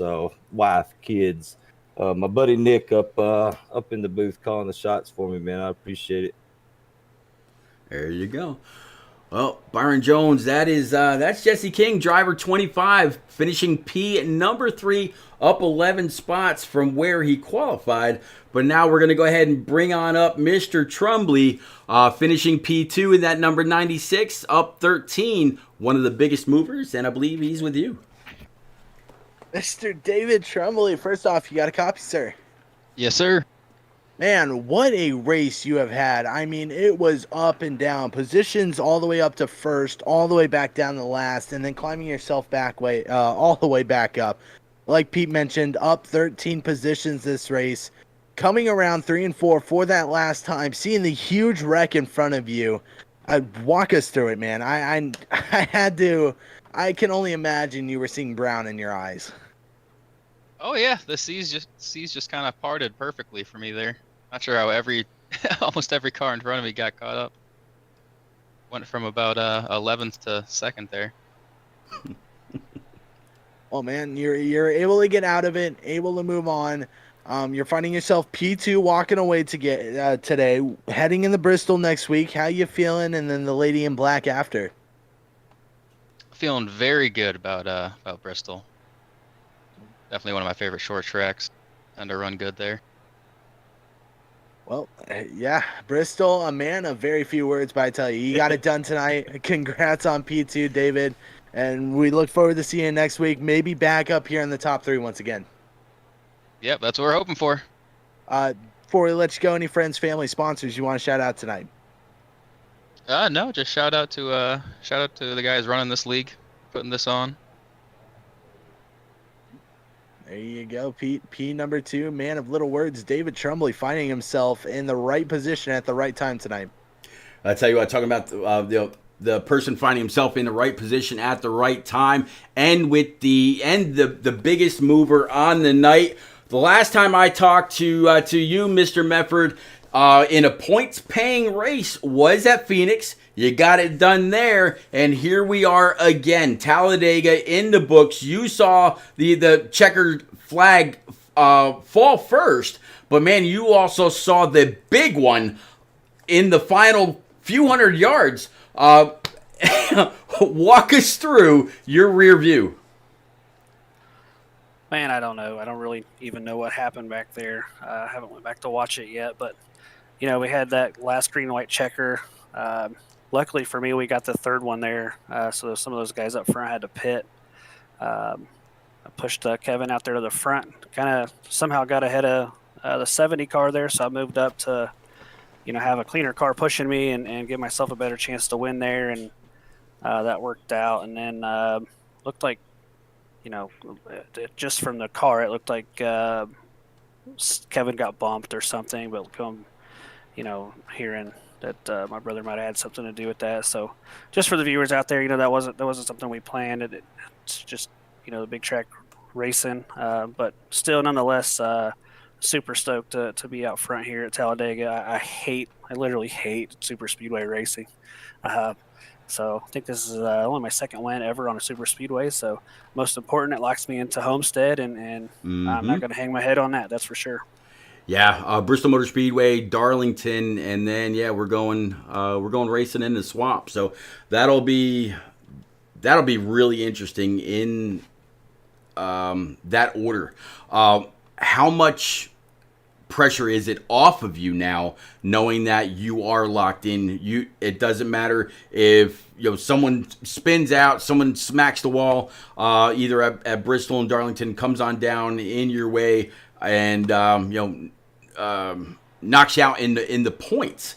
The points got to be huge. I'm not quite sure exactly how they stood before here. I looked at a graphic before the race, I just wasn't sure how up to date it was. So where were you before tonight's race? And obviously you're pretty happy with where you're at now.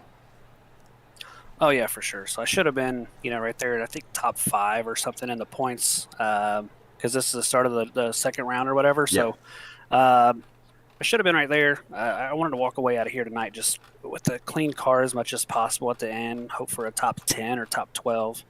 But, we got to really give it to Chris Wally. He gave us 3 tough racetracks to try to get into that last race. So to get it done here, get it out of the way, knocked out of the way right now, makes a huge relief for me, because Bristol is, I really like the track. A lot of guys in this league do. Everybody's fast there, but it's tight and you can get wrecked just like you can here in a super speedway. So, and then you got the Darlington, fun racetrack. I love that too. Very technical. But some of these front runners, like I said, they're going to make it hard to win to get in. And so, I'm super happy to be walking away from here locked into the championship 4, no matter how it turns out. Well, man, second race, second points paying race in a row. I've been able to chat with you when it's all said and done. Any friends, family, sponsors you need to get out there, and obviously big congrats to you, man.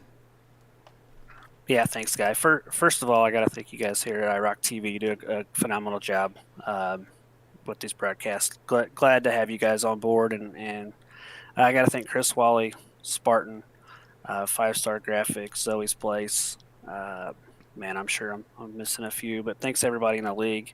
This is one of the top leagues on iRacing. I'm sure of it. I love being a part of it. Thank everybody for putting on a good show tonight. I think the racing had been a good to call tonight. So proud of that. Proud of being part in this league. And but then again, thanks to my family who let me do this night in and night out, and rushing home from ball games like we did tonight to make the race. So I think that's it, bub. All right, man. Big congrats again. Yeah, we'll see you. We'll see you at that. At Bristol Motor Speedway here very soon. Byron, that is it. Another night, sir. Hopefully next week when we do go to Bristol, you'll be able to join just like tonight. I know sometimes, work and family and life just kind of gets in the way, but thank you so much for joining me once again. Wouldn't want to be without, wouldn't want to be with anybody else. Wouldn't want to be without you. Thank you, sir. Of course, Pete. It's a blast coming up here. And, it's very often you see me up here. A lot of the leagues you look at that I'm in, I'm down on the track, either flipping through the air or almost winning a race. But it's awesome. I'm glad to step away one night of the week and say, hey, you know what? Let's call a race with one of my favorite broadcasters in the entire world. One of my favorite friends. I mean, we met all the way back on Xbox, and here we are now, still calling races, still talking to each other week in, week out. It's fantastic every single time. All right, buddy. Well, ladies and gents out there, again, YouTube, Facebook, Twitter, and Roku TV through IROC TV. Thank you again for coming out, hanging out, chatting up, keeping us all company. It's been one hell of a night. Again, Brandon Medford is your winner.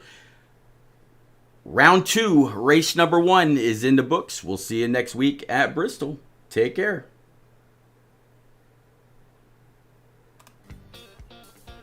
R&R Racewear, your source to all custom racewear apparel needs, and home to iRacing apparel. Check it out today at rnrracewear.com.